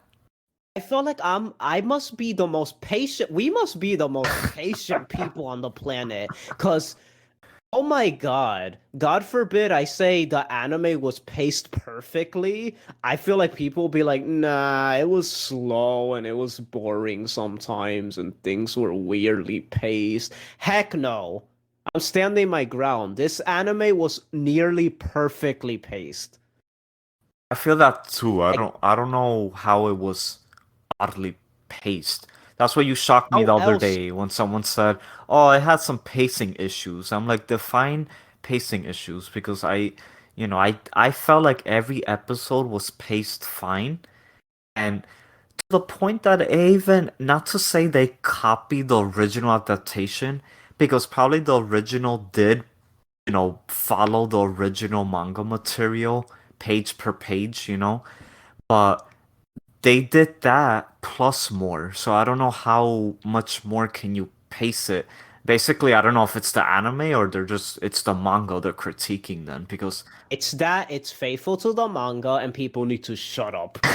shut up and listen. But shut up and listen, exactly. But it's not even that. I just feel like, yeah, it's faithful to the manga, but it's the fact how else would you pace it? I feel like everything was paced perfectly. Like you got what are you looking for? Slice of life or action? Like you know this is a slice of life, right? Shoujo. You know this is a slice of a slice of life, right? That was Like a I feel slifer, like right? yeah, I couldn't even say it. It's like Tongue because twister. it's like this. Someone said like this anime they didn't know what it was about. That's the problem with why some people can get into it because it's like they don't know what they're waiting for. Hmm. At the same time, I half disagree because I feel like if you're paying attention, you Oh, know that there's stuff happening in the background. Do people not see that? I don't know. I mean, Like you clearly see the little hints in the show that there's more. yeah, I mean, to each his own. I know some people, it's not to anger anyone but it's just maybe some people just don't see it the same way we do or like how fans do. Maybe they just need a little more. But you're right. I don't know how you could miss something. So there's clearly some hints in there, even for new fans that, they never heard of this work before. And there's hints in there that could kind of catch your attention, and you could be like, oh, that meant something. I have to keep watching. And Shigure is one of those characters. If anything, I feel like he's the most that provides the most hints in the first season because he has this Yeah, that's why I little, was. Yeah, that's why I was gonna say nope. I disagree. They're wrong. They're wrong. They're wrong. I Simple, don't you're care. wrong. I'm standing my ground. People who watch this anime and say that they don't know what they're watching it for, that's boring, they're not paying attention. And I could say that because I've watched it and I literally remember everything. Like I know what this show was setting up, and now that I finished it, I see what they were setting up. So the fact that people feel like they don't have like a reason to watch it. It's just the only reason they probably could come up with. It's not their thing. Like it's not your kind of anime. Because this anime has everything you could want in a slice of life, pretty much. A drama, comedy, like it had a little bit of everything. You just have Yeah. to be patient and let. Sometimes masterpieces, it's like planting a seed. You plant the seed just to like nourish it, watch it grow slowly, and then by the end, it's worth it because everything just blooms. Nice. That's the way Fruits Basket is. It's a fruit. It's you Oh, have to harvest it and take your time. yeah, If not, it's not gonna come out right. exactly. And then by the end, you So get a it's whole basket full of them, exactly rice ball included. rice ball included. Yeah. So, um. So yeah, getting off of that tangent. Let's talk about Akito. Mm, dun dun. So Akito was the most controversial character by Yes, far in this show. by far. He,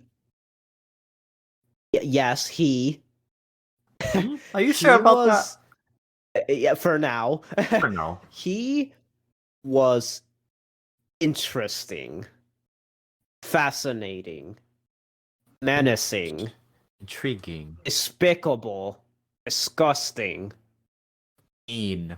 and I loved it. And you loved it all. 'Cause you know why I love it? Because he was the character that made me talk. He was the character I talked about the most after every session of anime viewing we had with this show. Right. I could not stop talking about him. Yeah, because you didn't know how to, in a sense, read him either. Like, he was just, he was really. He was. Go on. Yeah. Oh, no, that was. Well, yeah, basically, I was saying just. Yeah, like, the moments it would show him, even the moments it wouldn't show Akito. And we're just going based on our memory of this character from the original. We just know, oh, he's really threatening, and he's the head of the Soma clan. That's it. And That's it. we're just like, how they're gonna dive into that character more, and just knowing in the dub who voices Akito, that just made it more okay, more apparent. This character's gonna be something. Yeah, because Colleen was very excited about voicing this I character and joining the cast. So we knew that, for those who don't know, Colleen is like one of our top favorite voice actors. She's an amazing voice actor. We knew if they casted her as Akito, this guy must be crazy. Yeah, exactly. 'Cause he's the main antagonist, so why is she playing him? Like, it must be like you're gonna need some good voice acting for that. Right. Talking It was about the voice confusing acting, too. Yeah, because being yeah. that what we thought Akito was, and it's like, what, Colleen? I guess it kind of fits. We it's funny how it convinces you though, because when you don't Yes. know, but then it made sense, so you accepted that it was voiced by her. For crying out loud, I just saw it as like, oh, Colleen played Luffy. She could play guys, so I guess it makes sense. He's like princely, kind of like Yuki, so it kind of makes sense. But then, anyway, but it's like, Yes. so little side thing. Being we're talking about voice actors, might as well just go right into this Yes, topic please. really quick. The Yes. voice acting was by far top tier. I'll be honest, top 3 dubs I've ever seen. Agreed. Oh my God, Laura It Bailey for might the be win. it might be the best, but I need to I don't want to say it yet without like reviewing, but it was definitely one of the best dubs ever made. Yeah. Aside from that one lady, you know who I'm talking about. Don't you think I do that or How whatever? dare you? How dare you? I can't even. It's like, this one mother of a certain character had a was Performance. questionably casted, and just yeah. But then again, it kind of still works because it was such an unimportant character, and it kind of works when it's an unimportant character because it just shows how irrelevant they are. So I kind of like when they're terribly voice acted because it just shows how terrible they are. Oh Like, at my the character. goodness. Like, it makes sense. It It's makes like, that's what they were going for. or probably you see, yeah, Caitlin Glass knew. I trust her. She No. said to deliver it terribly because it's a terrible character that doesn't deserve good voice acting. Yeah. Just They should sound like scum. scum, no effort. Just Yeah. oh my Just God, that's no pretty life. live. That's pretty bad. Yeah. Anyway, so yeah, the voice acting. Laura Bailey. Get Yes. away. Yes. Okay. This I'm just gonna say a few things. Okay. Where do I start? Right, wait, I had it in my head. Don't escape me. Okay. Lust from Fullmetal Alchemist. I'm like, MJ. wait, what? MJ from the Amazing Spider-Man game. Kayane from Near Replicant. Toru Honda, Fruits Basket. Confirms Ow. that she's the best. Lucina from Fire Emblem. Lucina from Fire Emblem. How is it that this voice actress goes from playing a very, foul-mouthed person to one of the most sweetest people in anime history? Yes, she could play a character that's like war, like war veteran, I guess you could say, tomboyish, Right. to like evil incarnate, to just like Angel yeah, and incarnate. then you yeah, and then you go to cuteness incarnate, Cuteness incarnate.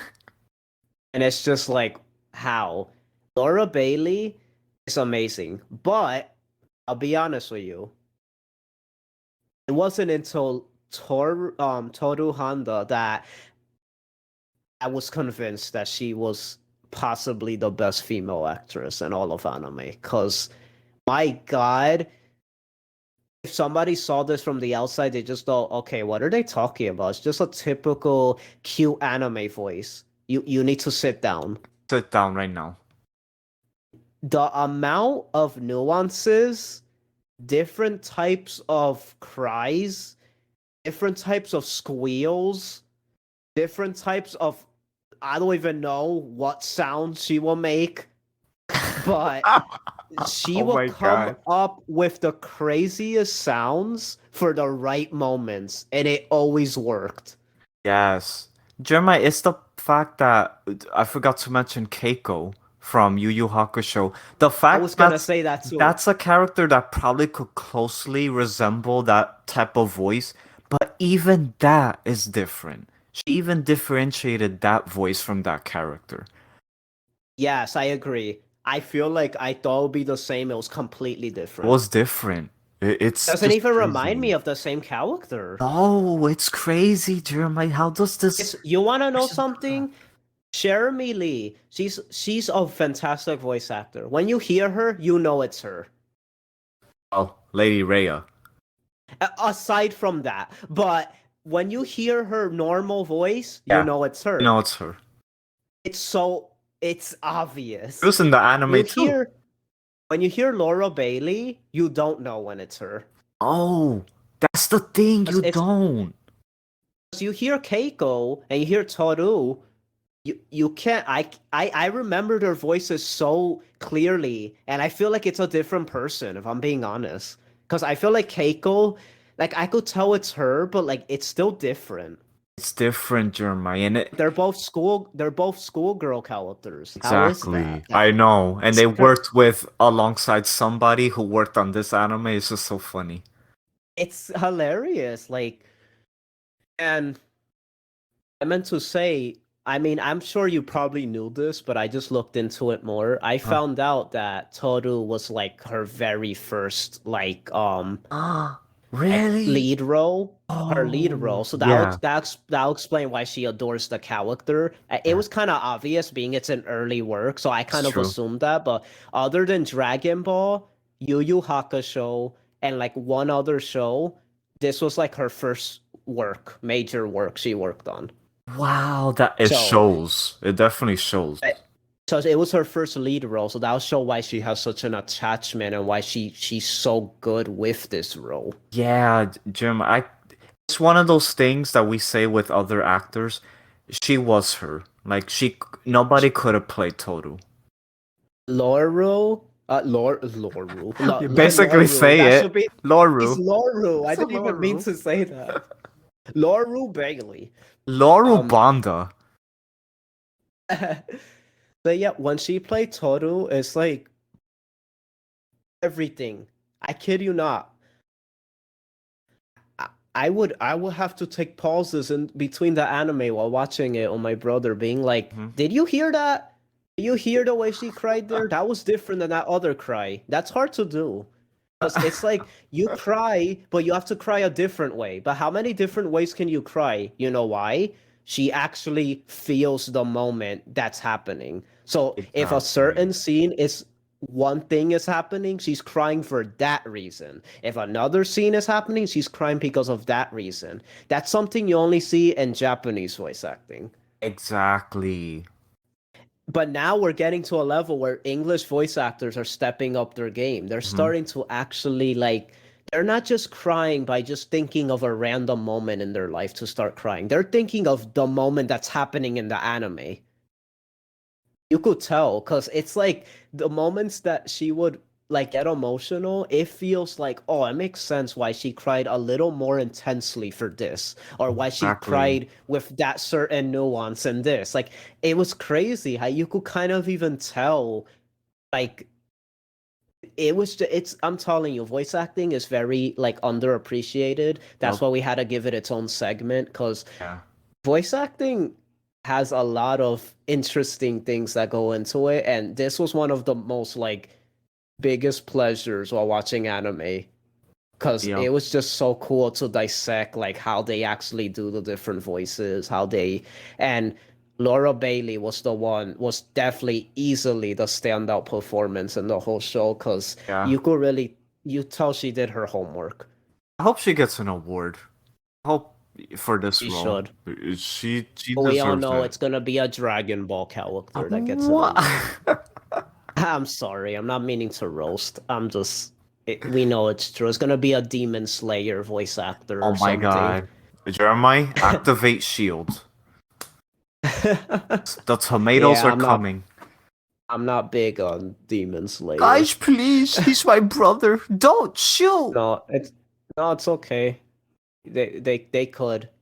'Cause I'm the chosen one and I'm always right. So anyway, But I'm Kirby and I'm here to swallow your tomatoes. Okay, I'm sorry. I just had to say that. but anyway, so with the voice acting Toru, we could take a whole podcast talking about Laura Bailey's Toru, but we won't because we can't. I want to throw one more thing. Just one more thing. Yeah, go ahead. That's about Laura Bailey. When it's the fact that okay, other than the work that we've seen her do, it's proven enough that she's such a fantastic voice actor. But remember in the manga that I remember that there was a page dedicated just to her, and it was an interview about the original adaptation and just her process of voice acting.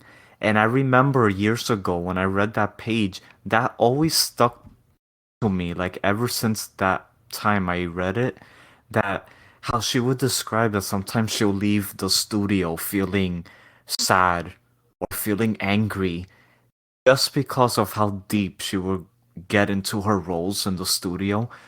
It was from that moment that I knew, oh wow, and I'm pretty sure every voice actor goes through that. It can't just be her. It can't just be her. But it's just the fact for some reason with her, I just feel like she takes it to kind of a different level to the point that it's why she gives such fantastic performances. So, that's just something I wanted to throw out there though. That's honestly amazing. I actually like that just goes to show how much she puts into her role. And it proves, you see, that as we're saying this, without really even remembering that, to be honest, I think you've told me that before the other day, but like Yeah. it goes to show that you really see it in the work because it's like the fact that you see, guys, she comes out crying. What the heck? Only not to say they're not real actors, but you know what I mean. I mean it like for the lack of a better word, like actual actors that are not voice actors. Like only those type of actors you see those kind of stories. Method actors. Or they do method acting and stuff, but like, oh my god, that's insane. She's the best. She's the best. Total's the best. Oto's the See, best. it goes hand in hand. Total's the best. She's the best. Let's The move best. on. Yeah. um, So we say so more. so Akito.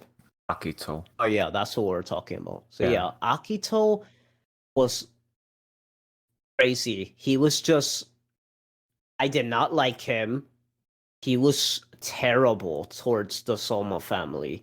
He had this thing where he was always right, even though he wasn't right. He was just like, you talk to me and I do something, and I'm always like, he's probably the dragon. Oh He's my. probably the dragon. The He's dragon. probably the dragon. He's They probably the have dragon, even though dragons. Hattori's right there as the freaking seahorse. I didn't even notice that's not my fault. You guys can't blame us. That's true. He's a Yeah. seahorse. How the heck was that a dragon? Like it, I didn't know that he Wasn't it wasn't the. obvious? I'm like, he's the dragon, right? He's the dragon, right? So I'm like just waiting, and then it's like they mention, oh, he's probably the rooster. I'm like, what? Huh? I kid you not, in the moment of the anime when she's trying to figure out who he is, and she's like, he's probably the rooster. I'm like, what? Are you talking about? Why would he be the rooster? Have she forgotten like the dragon? And Yeah. it's like I was so confused in the moment because I'm like, and then it's like as we like looked back and like looked at all the animals, we're like, wait a minute, where's the seahorse? And then we found out, wait, don't tell me the dragon's the seahorse.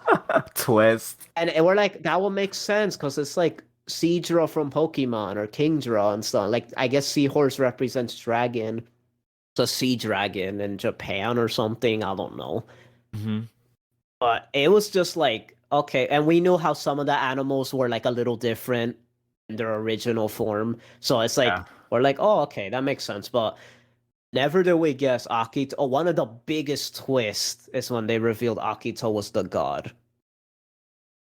That was Yes. Oh crazy. my goodness. That was amazing. That was a fantastic twist. That was one of my favorite twists in the anime. That changed everything. That did. Jeremiah is funny. Go ahead. I feel when that got revealed, it was like, oh my god, I was here building up to, oh, Toto's gonna hug him. Even though that wouldn't work anyway, because a certain other twist that gets Yeah, revealed later. But exactly. it's the fact, oh, she's gonna hug him and that's gonna defeat him. But then, oh, he's the god, and it's like, oh, flit. So it's like, okay. What So happens now now? it's now what? It's like now we know why he's so threatening. But you know what I loved is that even before you found out that he was written in a way that was so menacing, and I don't know how they did it. He was just written in a way that it's like you were scared of him. Yeah. No, it's true, and it's just funny because when we would watch that ending sequence, the ending song, and also the banquet, Yeah. all the time like you were saying, we'll try to guess all the animals and pinpoint. Okay, we saw this one. Okay, but that the dragon, whatever. Even remember. I don't know if I said it out loud or I said it to myself. I said it'll be funny. Imagine if Zakito was just a god or something. But I said that joking around so much. It was just one of those things. Yeah, right. That doesn't make sense. It's supposed to be a zodiac animal, right? A zodiac animal, right? An Oh my animal. god. But then it Literally. caught us off guard and we're like, okay, where do we go from here now? That's just changed everything. I'm gonna tell you right now, I don't care what anyone says, Akito is a more menacing villain than Frieza. What I want to about start Jiren? causing I want to cause controversy. Shields up. I said it, not him. Shields at the ready. I'm protecting him. He's protecting me. You see? He's not even protecting himself. He's protecting me. But but yes. I'm just gonna go ahead and say it. Might as well. Who cares? Say it. Our podcast. Akito is the best anime villain of all time. I don't care what anyone says. And you know why? It's because the reason I say he's the best is solely for the fact, not solely, but it's a big reason. When I think of anime villains, I've told you this before. I think of Shounen. Because when you think of a drama, you don't think of antagonists. You just think Villain. of spoilers for Clannad. just in case, because I didn't preface for other anime. I don't want to spoil other anime, so spoilers for Clannad. Nagisa's sickness. That's the biggest. That's the biggest That's the villain we biggest ever got villain in a of drama all anime. time. Spoiler in Your Lie in April. Calorie sickness. It's the sickness villain. That's the biggest villain in drama anime. The sickness He- villain. He appears in every anime. So he? That's a drama that someone dies, and that's always been the biggest villain. And I thought no one would top Sickness Kun, but So- Sickness Kun finally got topped, and now he became the kohai to Akito. Oh 'cause my Akito God. just took the sickness and literally defeated it. And oh my God, you're so right. That makes so much sense. Tell me Yes. that wasn't the best build-up. Preach! Oh my God. He It's literally- basically like Sickness Kun or Fate Kun. It's basically Fate. That's the enemy. That's so Akito true. himself conquered Sickness Kun. Oh my God. Okay, so yeah. And he asserted dominance as the best villain. That alone makes him the best The villain. best villain. But my point is, this guy didn't need to do anything. He didn't need to blow up a planet. He didn't need to massacre a race. Oh my He didn't God. need to just be despicable or have some master plan or nothing. No. You know what he did? He sat in his room in the dark, sick, and he said, "Why don't you guys visit me? You don't Why love aren't me. you guys coming to me? You guys are supposed to love No. me, no one else. You guys are terrible. You guys are sick. She's ugly. How can you love her?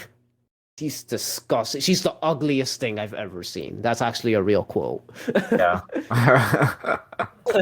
And at the time, we're just like, oh my God, what is wrong with this guy? And why is lot. he such a good villain? Why is he scary? We feel like this guy's gonna come. He's the school shooter. Oh my God. He gives me school shooter vibes. He'll be the type to come to school and come with a gun or something. Oh my God, that's so scary and sad. And that the reason I say that is because many times we're like, this guy's gonna have a knife on him, and he did. Yeah. I was gonna say And we that. were right. We called it. We're like, this is the type of guy that he doesn't need a power level of 9,000. He just needs a knife. A knife and run A around. single knife. And he's the best villain. That's it. Because just that, his power level is S tier for this show. Yeah. That's all he Because needed. he asserts dominance over everybody in the show. Because he's the god. Meaning he could cut you.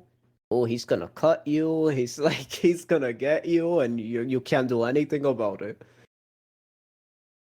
And that's why Akito was so well written, because it's as you go through the show, you just feel more menacing vibes from him. I mean, when he came to visit Toru, that was one of the scariest scenes. I Yes. never felt so scared. And we're talking about someone who's watched Frieza and Cell and Dio and Oh my. Promise big- Neverland. yeah, Isabella, Yoshikage Kira, Kira. Death Note. It's you're talking about some of the most menacing villains, and it's Diavolo from JoJo Part Yep. 5. This guy was broken, and yet I feel more scared of Akito. Jeremy Akito Like- definitely gonna win best villain. He has to. Yeah, I just noticed the anime awards. Anime Awards, Jeremy, if Mama, won that year, Yeah, that was even that's true. that was just for that type of anime. She was a normal person. Akito could definitely win for that role. Josh, Best you villain. just brought to my attention that when you mentioned awards, I I didn't know was what you talking meant, but about it just that. hit me Yeah. that if we watch the anime awards and Fruits Basket doesn't win every nomination that it's nominated for, I'm never watching the anime awards again. Never watching the anime Oh awards. my goodness. Yeah, it has to win It at needs to least. Come on. best girl award, Yeah. best boy award, Up, best villain. up. It should at least be nominated for best opening. Yeah. Best ending, I wouldn't mind if it isn't there, but I would like that. Yeah, at least a nominee and Yeah. animation. Best animation. It's gonna be hard because there's It's gonna plenty be of hard. shows that look Yeah, that's why I amazing. So that's said okay. as long as it's nominated, I'm fine with that. I'm more interested in the fact it wins best drama, things like Best that. drama, Oh, yes. best dub voice. Yes, and let the best They need dub award go to Laura Bailey. please. Please. I mean, Bucciarati from JoJo Part 5 won best voice acting. That's so random. I know that is kind of Like, random. I remember watching that one. That was so random. Like, come on, Bucciarati from Part 5 wins best voice acting, then Toru Honda could win this. Come on. Yeah. It's At like, least doesn't make any. somebody, because I feel like it could be multiple nominations, but It could, but they come on. yeah, If you're the one nominating, you need to know your stuff. yeah, exactly. Which worries Like, you me. can't just be putting this just because they like if the people doing the awards don't know, then they shouldn't even make the awards. Yeah, but that's always been kind of a controversy amongst That's true. That's why you know. awards suck. I Yeah. don't even know why we're talking about it because they're Awards. trash. I know. I want some sort of worldwide recognition for this work. That's why, like, award. That's why I'm mentioning it. It's just Yeah, so yeah, bad that all we yeah. have here in America is that. But I bet in their country that they have their own awards for We're anime. getting there. We're getting there We're at slowly. least getting there. Yeah, This is paving the way for like to have 10 anime shows exactly. I know. Oh my or God. something. We're just in the early stages. We forget anime just started being mainstream recently. That's true. Like regular anime, meaning Yeah. every genre and Every stuff. type. So Yup. we're getting there. People realize that Fruits Basket was always the best and that, Full Metal was actually overrated all along. I'm my just kidding, God. but I just mean in the Genos. fact of like I'm kidding. I love Full Metal. I'm just saying that as a joke because I feel like action always gets more recognition, so they're always going to be slightly overrated because of that. But Full Metal gets a pass because it was one of the best ones. So, but in reality, Clannad, Fruits Basket, Steins Gate were always the best. Anyway, Best. no shields. I don't need one. Okay. Akito, yeah, like his stuff just when he meets Toru and he's just like, hey. And then Hey, he's Toto. just like, yeah, his creepy little voice, and then he's just there. Dark Yuki, as I call him. Dark Yuki.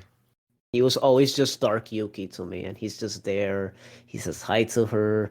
He's like, well, I just wanted to say hi to her. That's all. I don't know what's so wrong of me coming to say hi to her. She met everyone else. Why can't I meet her? I'm not Okay. wrong. I'm always right. Yeah, you see? I am absolute. I'm absolute. Just in Like, those little he lines, he creeps me out. Yeah. And he came to the Suspense. school. Yeah, You see? that was the He was first gonna be a meeting. school shooter. Oh my God, stop. I know, stop. I need to But- stop making that's not funny. That's not funny. It's not.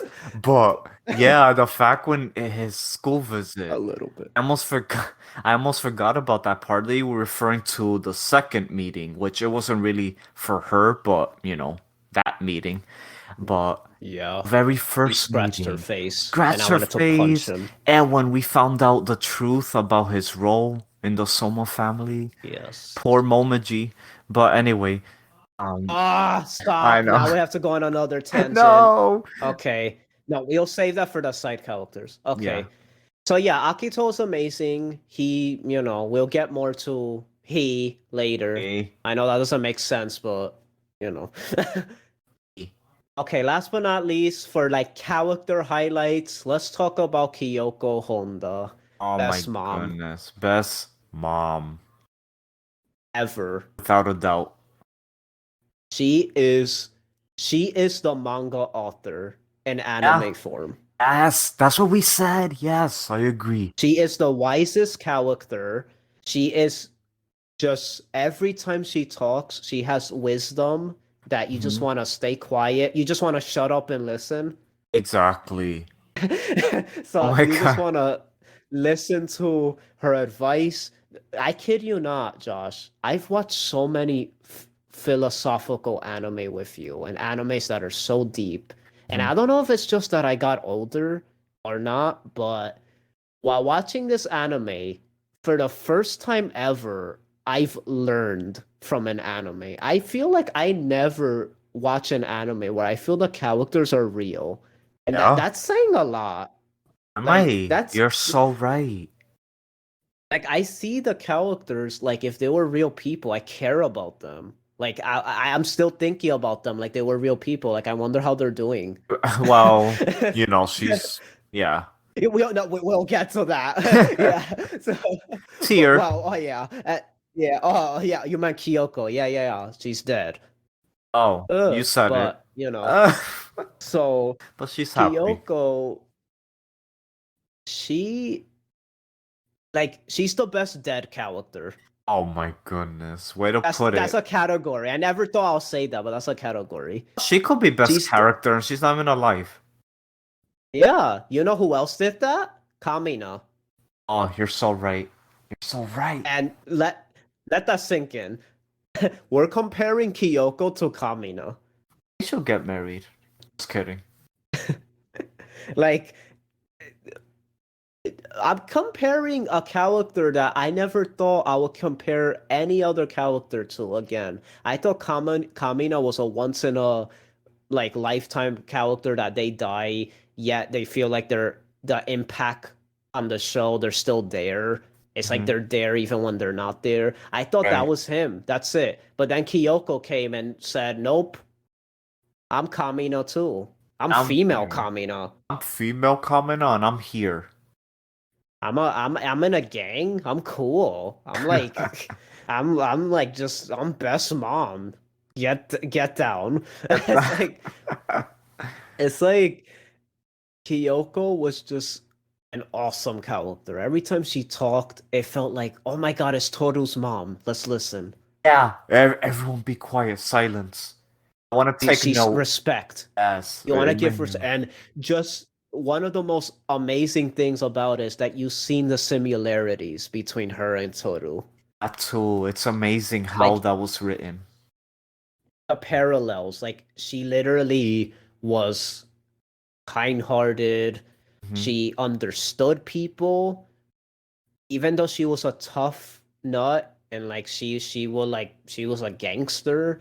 She wasn't just a gangster. Like she knew how to understand people and help them, and she just had understanding, like Toru, and that's where Toru got it from.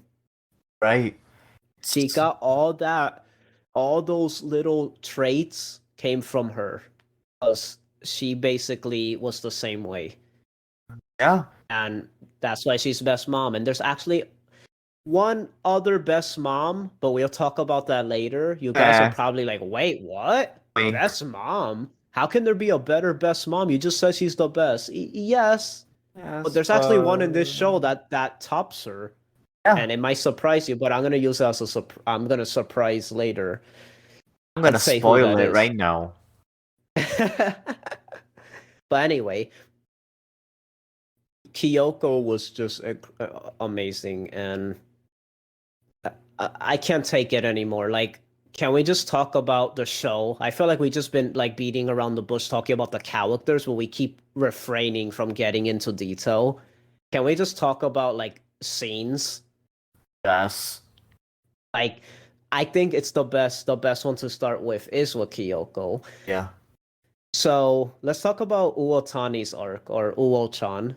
So Yeah, Uo-chan gets this was the first part of the anime that was different from the original. yeah. This is when it This started. was Yeah. this is when they started to put stuff that weren't in the original anime, and this is when it already was 10 times better. Yup. Because I kid you not, aside from Hatsuri's arc, which we'll get to too, I think Mhm. that was first, but that's beside the point.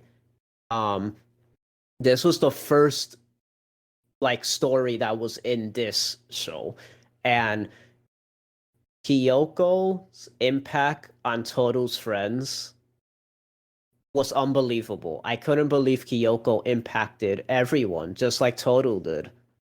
Jeremiah, that's so Like true. he impacted every character just like Toru does in this show. Like it's the same thing. It's happening all over It's again. the It's same. like it's like Kyoko just Wo-chan's arc was just crazy. Like the fact when she starts telling the story, you see how she used to be. She says like how she was such a fool, and you see how they mature, and like as they're telling the story, they feel like real people because it's like they comment on how they used to be and they say how dumb they were. You Hmm. see how like wait, this is the same character. It's like it has this sense of like wow factor. It's just crazy. Like sometimes they'll just be like talking about their past, and then by the time you come full circle, you're like, I can't believe this is the same character. Jeremiah, it's true. It's like, excuse me, when, yeah, it just shocked me when it will show scenes of their past, and I'll literally be asking myself, is this the same person? It's like, it's the fact that they always told Toru how, well, I don't think they told her directly. They will say it behind the scenes how she saved them. But it was really like both of them, because Toru will be kind of like, she was the first to kind of interact with them, and then Kyoko would just come and do the rest and take them in. And then they found out how this duo were just these amazing people, like loving, caring individuals that were just fun to be around. And then that's how it just progressed from there. Yeah, it's like I could go on and on and on about all these characters, to be honest. It's just so much. It's like Too there's so much. much to dissect. Like every character you could take and just make a video about them Yeah, and no, you dissect can. them. You could literally dissect every character, especially them, and just make it just about them. It'll take as long as this Every podcast.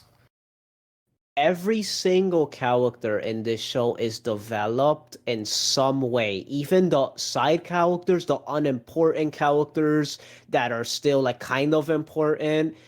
Even characters like Ritsu, the monkey, like Yeah, he doesn't even exactly. he's the least emphasized Soma, and he still gets his own episode and gets Yeah, closer. exactly. Like it's just it's fantastic. Like he's not even important, but he has a really awesome episode too, and he brings out an awesome moment from Toru. So it's like it's That's just crazy how every character has a purpose, exactly. and Again, they that's the theme of this show. It was like everything was a purpose. Everything was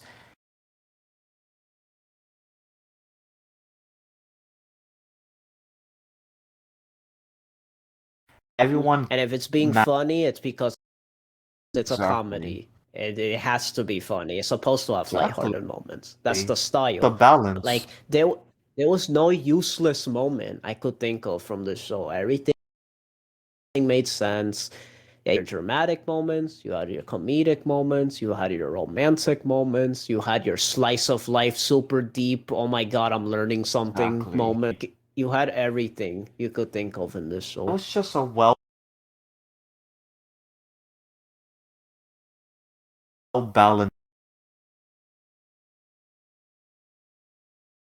show. Just That's what well. one of my favorite scenes of all time, Kyoko's I talk to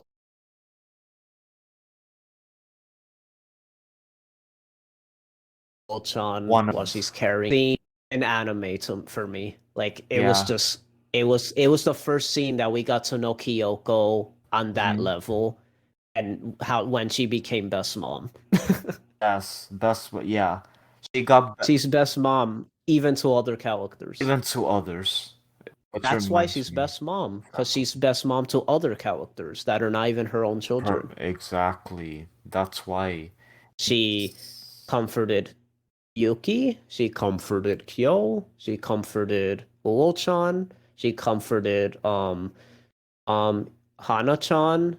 She it's like it's unbelievable how she was so prevalent in their life. Yeah, she Even touched when we everyone.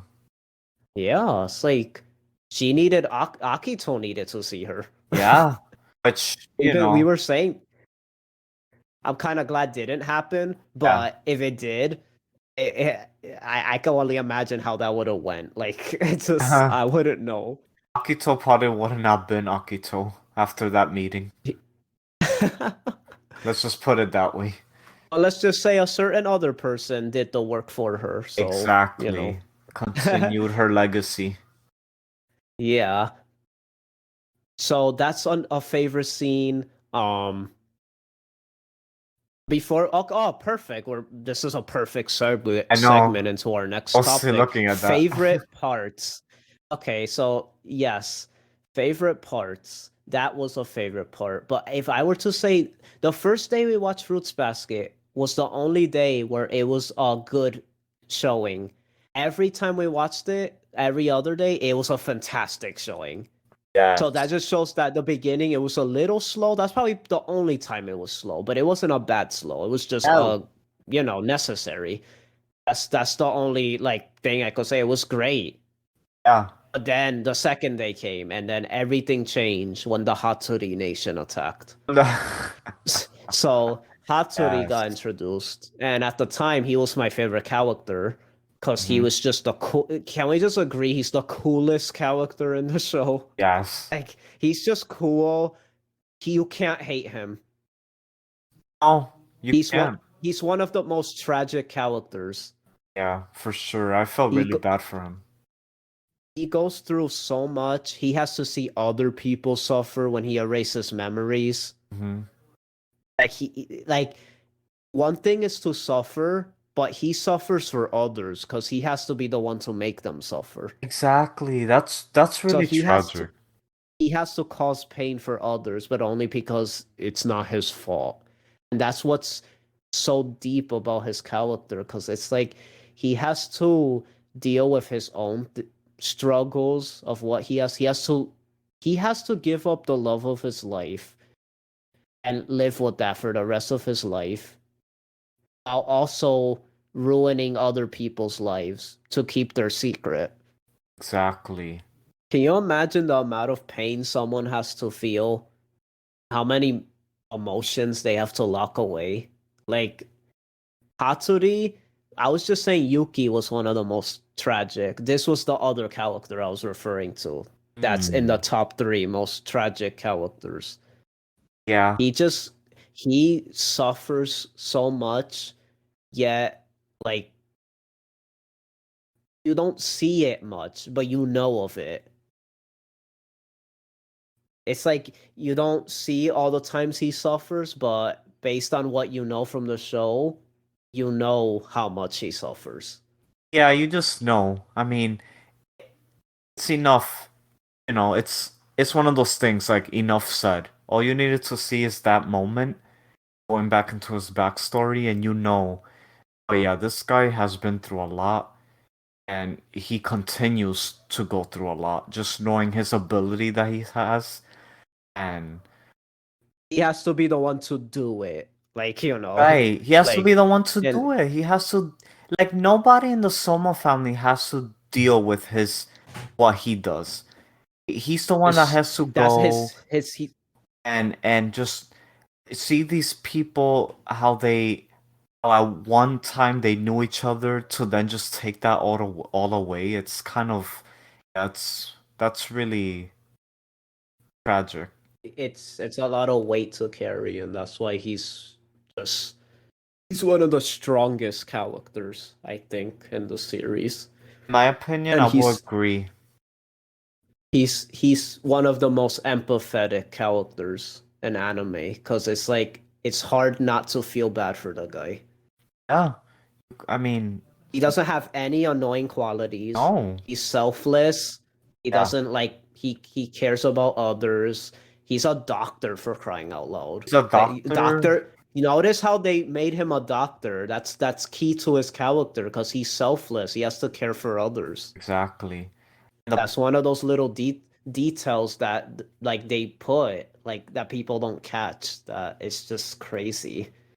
Yes, we said it's really detail oriented, this work, but also the fact that he I lost my train of thought. I was referring to his character. Oh, really his everyone's character in the Soma family. All of just like him, all of them deal with some sort of issue and they all suffer with this weight that they have to carry. But I like you said, yeah, I feel like between him and Yuki, they're like the most that deal with that problem. It's yeah, like I tell you, like after his arc, man, were we surprised. Because when we first saw that, we were starting to see, like, I kid you not, everyone was saying how amazing the third season was. Mm-hmm. Me and Josh were sitting here like, what?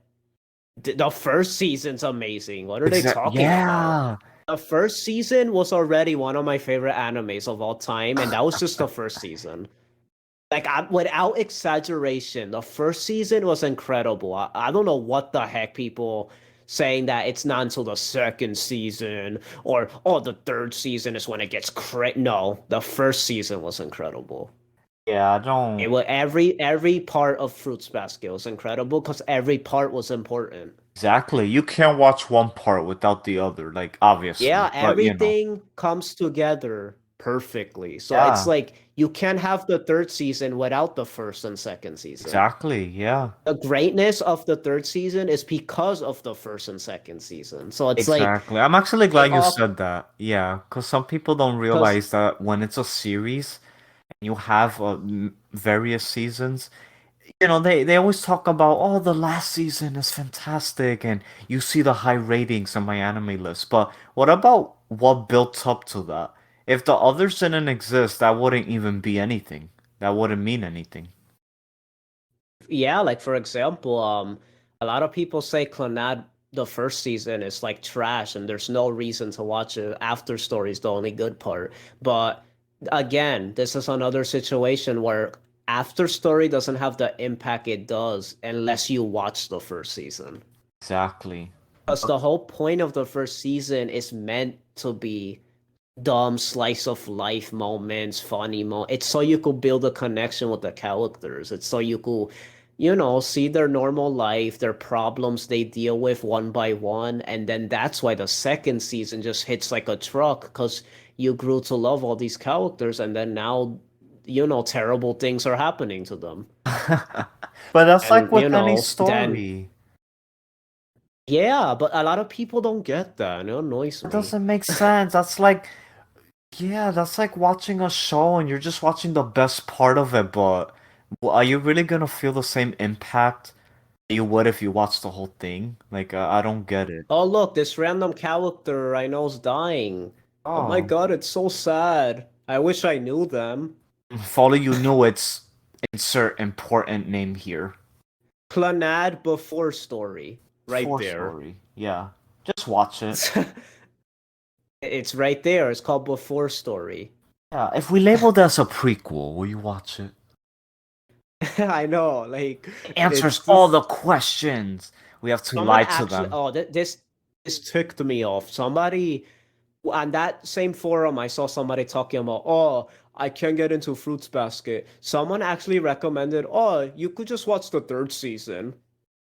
What? I'm like, oh no, no. That doesn't I'm make like, any sense. that is not a show that you could even do that. How would you even know what's going on? That's the thing that, yeah, Like, that's a show you can't do that with. yeah, like, okay, one thing is skipping a JoJo part, which to me is you don't do that. You Stop, know, stop that. But it's like JoJo, at least you could do it because it's like each part is separate from the other. The only thing is the connections. Why I wouldn't recommend it, but like you could technically do it and you'll enjoy it. It's its yeah, own part. Like the exactly, storyline, you go enjoy part five and love it, and not even know about one through four. You go exactly. enjoy part four and love the Kira arc and all that, and you don't even need to know about Dio or Jotaro or nothing like that. Like you don't even need to know all that. But this is not JoJo. This is a season one, season two, season three type of thing. You have to watch the whole thing. It's a story. Like how you that's like going to a book and reading like the ending. Why would you do that? Like why? That doesn't make Why any would they do sense.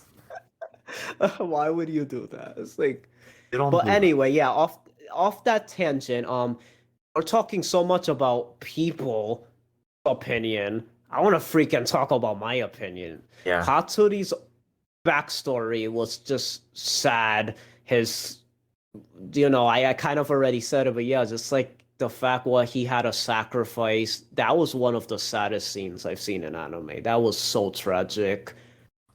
I was already hooked by that point. That part had us like nearly in tears. It was just so sad. Yeah, And then that it part. led to the iconic song and question. I guess I'll throw in a favorite quote, but yeah, like what comes after winter? Mhm. And his lover said spring. Exactly. I'm assuming that every time he asks that towards somebody, they'll say like, "Oh," or like what comes after snow, the snow falls. They'll answer like, "Oh, Melts. uh, it melts." Yeah, exactly, it melts. That's what they'll say. But then Toru said the same thing as his wife. I mean, Yeah. his lover, and that was. It just shows that moment was to show you that was the very first moment to really I feel capture that Toto's different. Yeah. She's not the same I like love everyone that else. part. That part Because was it's like so it shows you that she's special and that she's gonna make an impact, and she did on Hatsuri ever since. I felt like she already got him at that point, yeah. and he respected her. So and then just the dynamic. My favorite thing about freaking Hatsuri was the fact that he been through what he didn't want Kyo and Yuki to go through. Yeah, He was that a too. character who literally wanted to prevent it, but only because he didn't want them to suffer.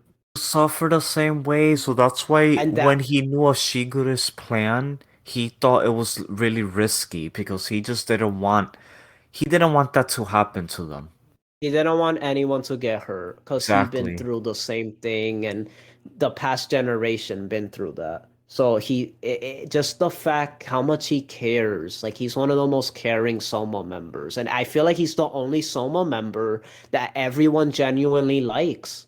Yeah, Because I you're just right. noticed every Soma member has a problem with like one other one. He's the only one that everybody likes. Yeah, nobody dislikes him and everyone respects him and he's actually the most mature one out of all of them. That's why Hatsuri's my boy. He was an amazing character. Yeah. He's that one character that even if you hated Fruits Basket, he'll be that one character that'll be like, oh, I like that character though. He was the only one I Yeah. liked. Because it's like that was very similar to another character in Clannad that they said they didn't like Clannad. They thought it was like terrible, but the only character they like was that one guy that Tomoya works with that looks like him. Oh yeah, The the, Tomoyo the guy that's 2.0. like like that was the only character he liked. Like that just goes to show those type of characters that are like very like life experienced, and like they Hmm. have like they're mature, and they have like they seen things and they've been through things. Like people really could relate to them, and I like that because it shows that there's a character for everybody. Yeah. And I think Hatsuri at least resonated with even the people who didn't like Fruits Basket because Oh yeah, he was I'm all sure. he was very mature and just, But yeah, Hatsuri's arc was great. Another favorite part. This was probably the best part of season 1. What's her name? Hana-chan. Hana-chan had one of the most like impactful scenes ever. Her arc, her backstory, how she met Toru and Uo-chan, and she like completely just she went from being someone like just the explanation of her waves. Yeah. Like I thought the waves was just like some dumb little gimmick or something just to be funny. It was hilarious. She was one of the funniest characters in the original and now. But then they came and gave her like one of the best backstories ever. Jeremiah, that threw me off guard because, yeah, just like you, I thought the same thing. We're here thinking, oh, it's just one of those comedic gimmicks they give a character that doesn't Reverse make Revolution. reverse revolution, revolution reversal. But Okay, literally, they reversed it. they It reversed just it. hit me. It all makes sense now. So yeah, context of that. In the original dub, we used to love this scene where she says "reverse revolution" during the card scene, rich man, poor man, the game they're Yeah. playing, and then we were looking forward to like, oh shoot, how they're gonna do that scene. That was one of the funniest scenes we ever seen. We go to it and they literally reverse it. But now I think about it, that's the most like that's the coolest thing ever. They reversed it. It They makes sense reversed now. it. You see, Oh my even when god. they do something wrong, it's still right. It's still right. It's my only complaint, but now it's not a complaint because I just noticed how perfect that is. They reversed the line. Yeah, I know. So We just discovered that right now. that's like that's such a woke moment. It's like, wait a minute. It all makes sense now. It connects. I understand her She waves. she did reverse revolution, so that 10 years later she could revolution reversal herself. She did a 10-year mind game Wow, with her waves. that's really deep. I wonder if But that's anyway, yeah, intentional. yeah, yeah. Continue with what you were saying. What was I saying? No, I'm just kidding. Her backstory that's not Backstory. comedic at all. It's not comedic at all, and it just, yeah, it threw us completely off guard. And I just, the fact it introduced her family and that her powers were even a thing. Like, okay, you Yes. have powers, okay, that's a normal thing. Your brother has powers too, and we're just gonna keep them under control. And let me just say, I have to comment once again.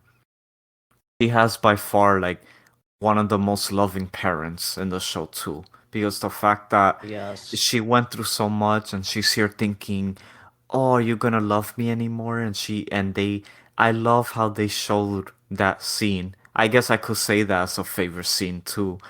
That scene when it just shows the father comforting her, stating that, of course we'll love you, you're our daughter. And it spoke That was volumes. It was powerful. powerful because it's like, here you have parents in the Soma clan that want to basically disown their children, and then you have the opposite, these loving parents, which by the way are like complete opposite of her. I mean, look at the mom. Remember, you got shocked too. You're like, wait, that's her mom.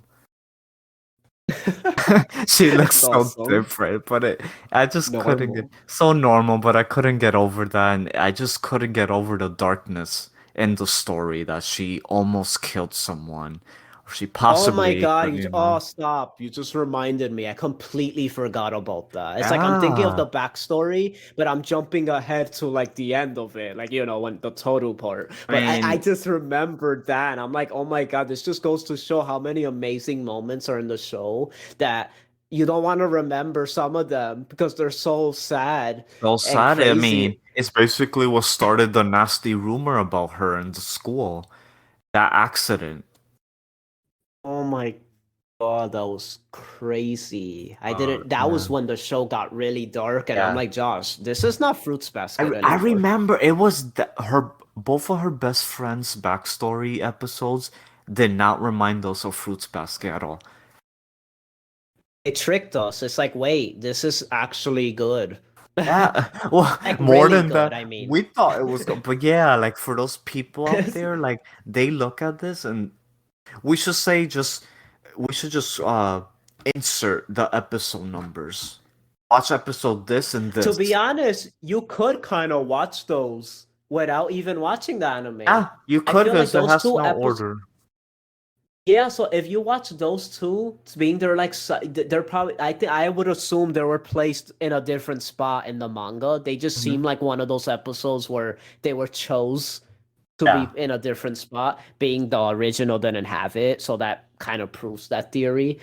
I would say those are good standalone episodes. If you feel like you can get into Fruits Basket so much to the fact that you want to drop it so bad, I recommend watching those two episodes because those episodes really give you an idea of how good the show could get. Hmm. Sure. It's like they're good standalone episodes. I continue about the because you were the one who left off, I think, or was it me? Well, we just ended when talking about the parents. Yeah, I was just commenting on the relationship with her, how even though they don't even have the powers, it's all basically just their children, they still love them, unconditionally. Unlike the Somo family, they have trash parents that want to disown their children even, or Yeah, forget that they even had them.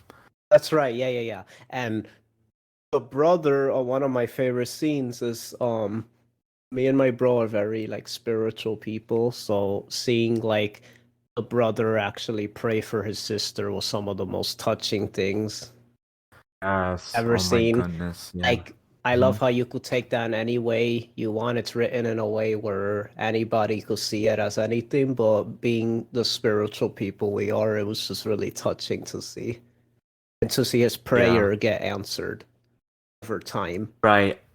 You know what? I could add that to one of my favorite parts because I remember that part I liked a lot. Just I enjoyed everything. it. Wait, you're Yeah, talking about parts? I thought you meant the whole episode. The basically, whole I guess you episode could is a count the whole favorite thing. part.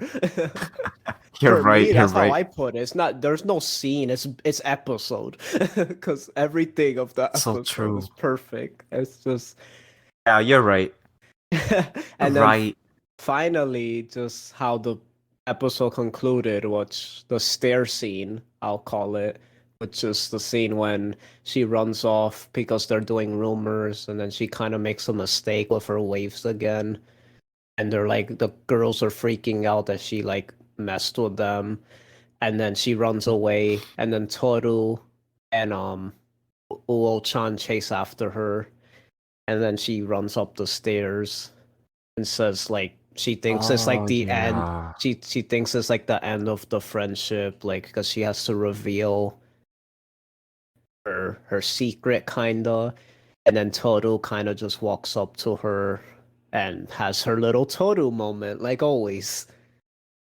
And they have a Exactly. really touching scene together where she just Mhm. reveals how she'll just, it doesn't matter what it is, she'll still be her friend. Right. And that was That's just like another. what happened. Yeah, that's another quality I meant to say about Toru too. That not to um onto another tangent to scenes we haven't mentioned yet, but going back to being stubborn when it counts, she's also really brave. She could be one that she she will approach anyone even if they're really threatening. Exactly, yeah. And that's part of the reason why Uo-chan, it was so shocking that her first friend she makes is literally like a used to be gangster. And That that's too. kind of Yeah. just funny how her two friends are the two most threatening people ever. That dynamic, their friendship is just that's what makes their friendship so special. Yeah, Because it shows I how just love that. they're all weirdos. Yeah. They're basically Basically. all, but they're only weirdos because that's how they're perceived by the outside world. But in reality, they're Mhm. normal. It's just that Right. people don't understand their problems. But when you understand them, they're actually normal people too. And I think that's the Right. message behind their friendship. Hmm. That they're I just, love their friendship. yeah, Can we talking. just say one of the best friendships in anime? Yeah, that's what I was gonna get into. I forgot to completely like. I was gonna mention that as soon as we mentioned these two characters that they're some of the most caring friends we've ever seen, and they were just like so care. They treated Toru like if it was their daughter. Right? Yeah. Like that is literally a running joke. Like with Hmm. one of I them was about to saying, say, say yeah. like like if it's her own daughter, if it's even like their loved one, it's just hilarious. Like, I'm gonna marry her. yeah, like I'm gonna steal. I'm not gonna let anyone take her away from me. That was That one of the was funniest. hilarious. And it's just I so love that. true though. It's almost like Kyoko being she had an influence on them. She passed on the torch to them to take care of her. Yeah, you're so right. It's like Makes they sense. felt responsible for her and being they felt like For her. they owed their life to them because they Yeah, helped them and yeah, or they exactly. saved them. Saved them, so they felt this is the least we could do. Yeah, and I respect that. They're just very, very good friends. Very good. And that's a big compliment from me because I'm big on friendship. That's always been a thing of mine that I hold dearly. It's just one of those moral things that for me personally always been a thing. It's a big reason why I love Little Busters because it's literally all about friendship. The power of Mm-hmm. friendship, the anime.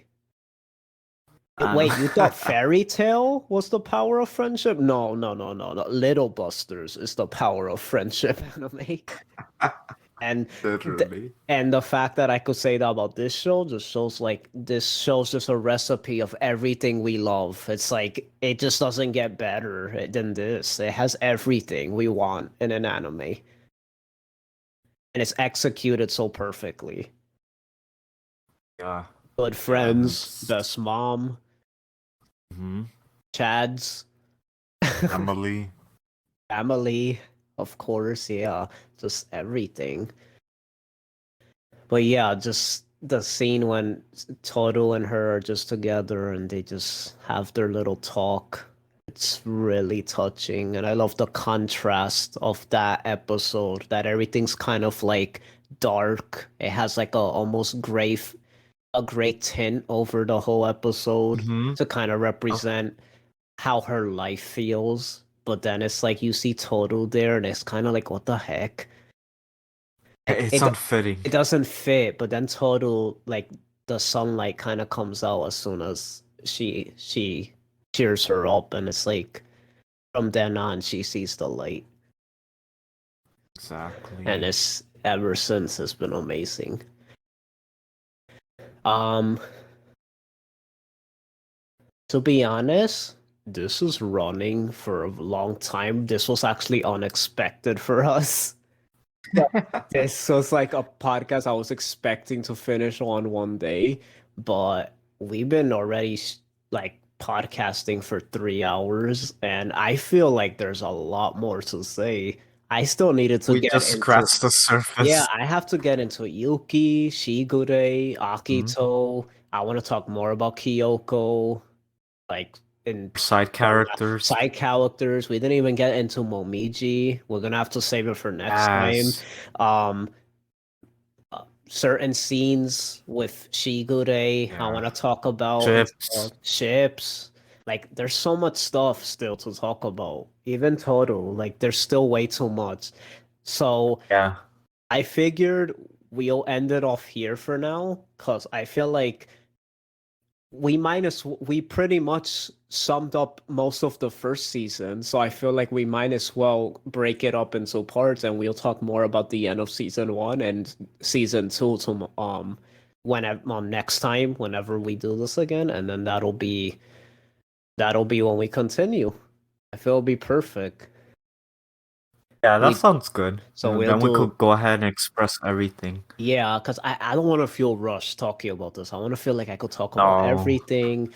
I feel like I've Yeah. been waiting for this, and it was so much Hmm. fun talking about this with you Likewise. that it's Yeah, like likewise. it was like so much fun. I want to like extend it as long as possible because it's like we're never gonna No, talk about I don't this. want it to Yeah, end. exactly. Just like the show. Just like the show. But that was basically everything for now. We talked about a lot of good discussion. We talked about our introduction to anime and Fruits Basket, our reactions to the remake and building up to it, and then our thoughts on the first season and like a general study of all the characters. Next time we'll be talking about season 2, the grand finale of season 1 with Kyo's transformation. We'll be Oh talking no. about Shigure and more of how he turned over the, episodes and stuff. This grand transformation. His transformation, basically. We'll be talking about more of the Somas, so look forward to that. Then lots more of Toru, Kyo, and Kyokomo. I feel like Kyo needs a lot more shining, but to be honest, it Mhm. makes sense. Kyo didn't have a lot of time in the first season, so we'll have a lot to Yeah. talk about him next time, because in season 2 is really when he shines. So, Yeah. and That's then his season. and then we'll talk about Yuki. I still feel like there's still Yuki stuff to talk about, and just a lot of great moments. There's just so much. It's crazy. This is kind of just coming to us randomly, like off the top of our head, Mhm. but next time we'll have even more prepared to talk about, and it's gonna Yes. be exciting. I'm particularly excited for next time because I really want to get into Akito more and Yuki and just Shigure and just all the fascinating characters. So, Mhm. like this video if you enjoyed it, subscribe if you want to see more of my stuff and our podcast. And I'll see you, Nintendo. God bless. And thank you for listening to the Drama Club podcast. Thank Angle you. family Bye. forever. Uncle Family forever. And scene. Mm. Could work on our acting more. I know my Emmy nomination is imminent. Or eminent.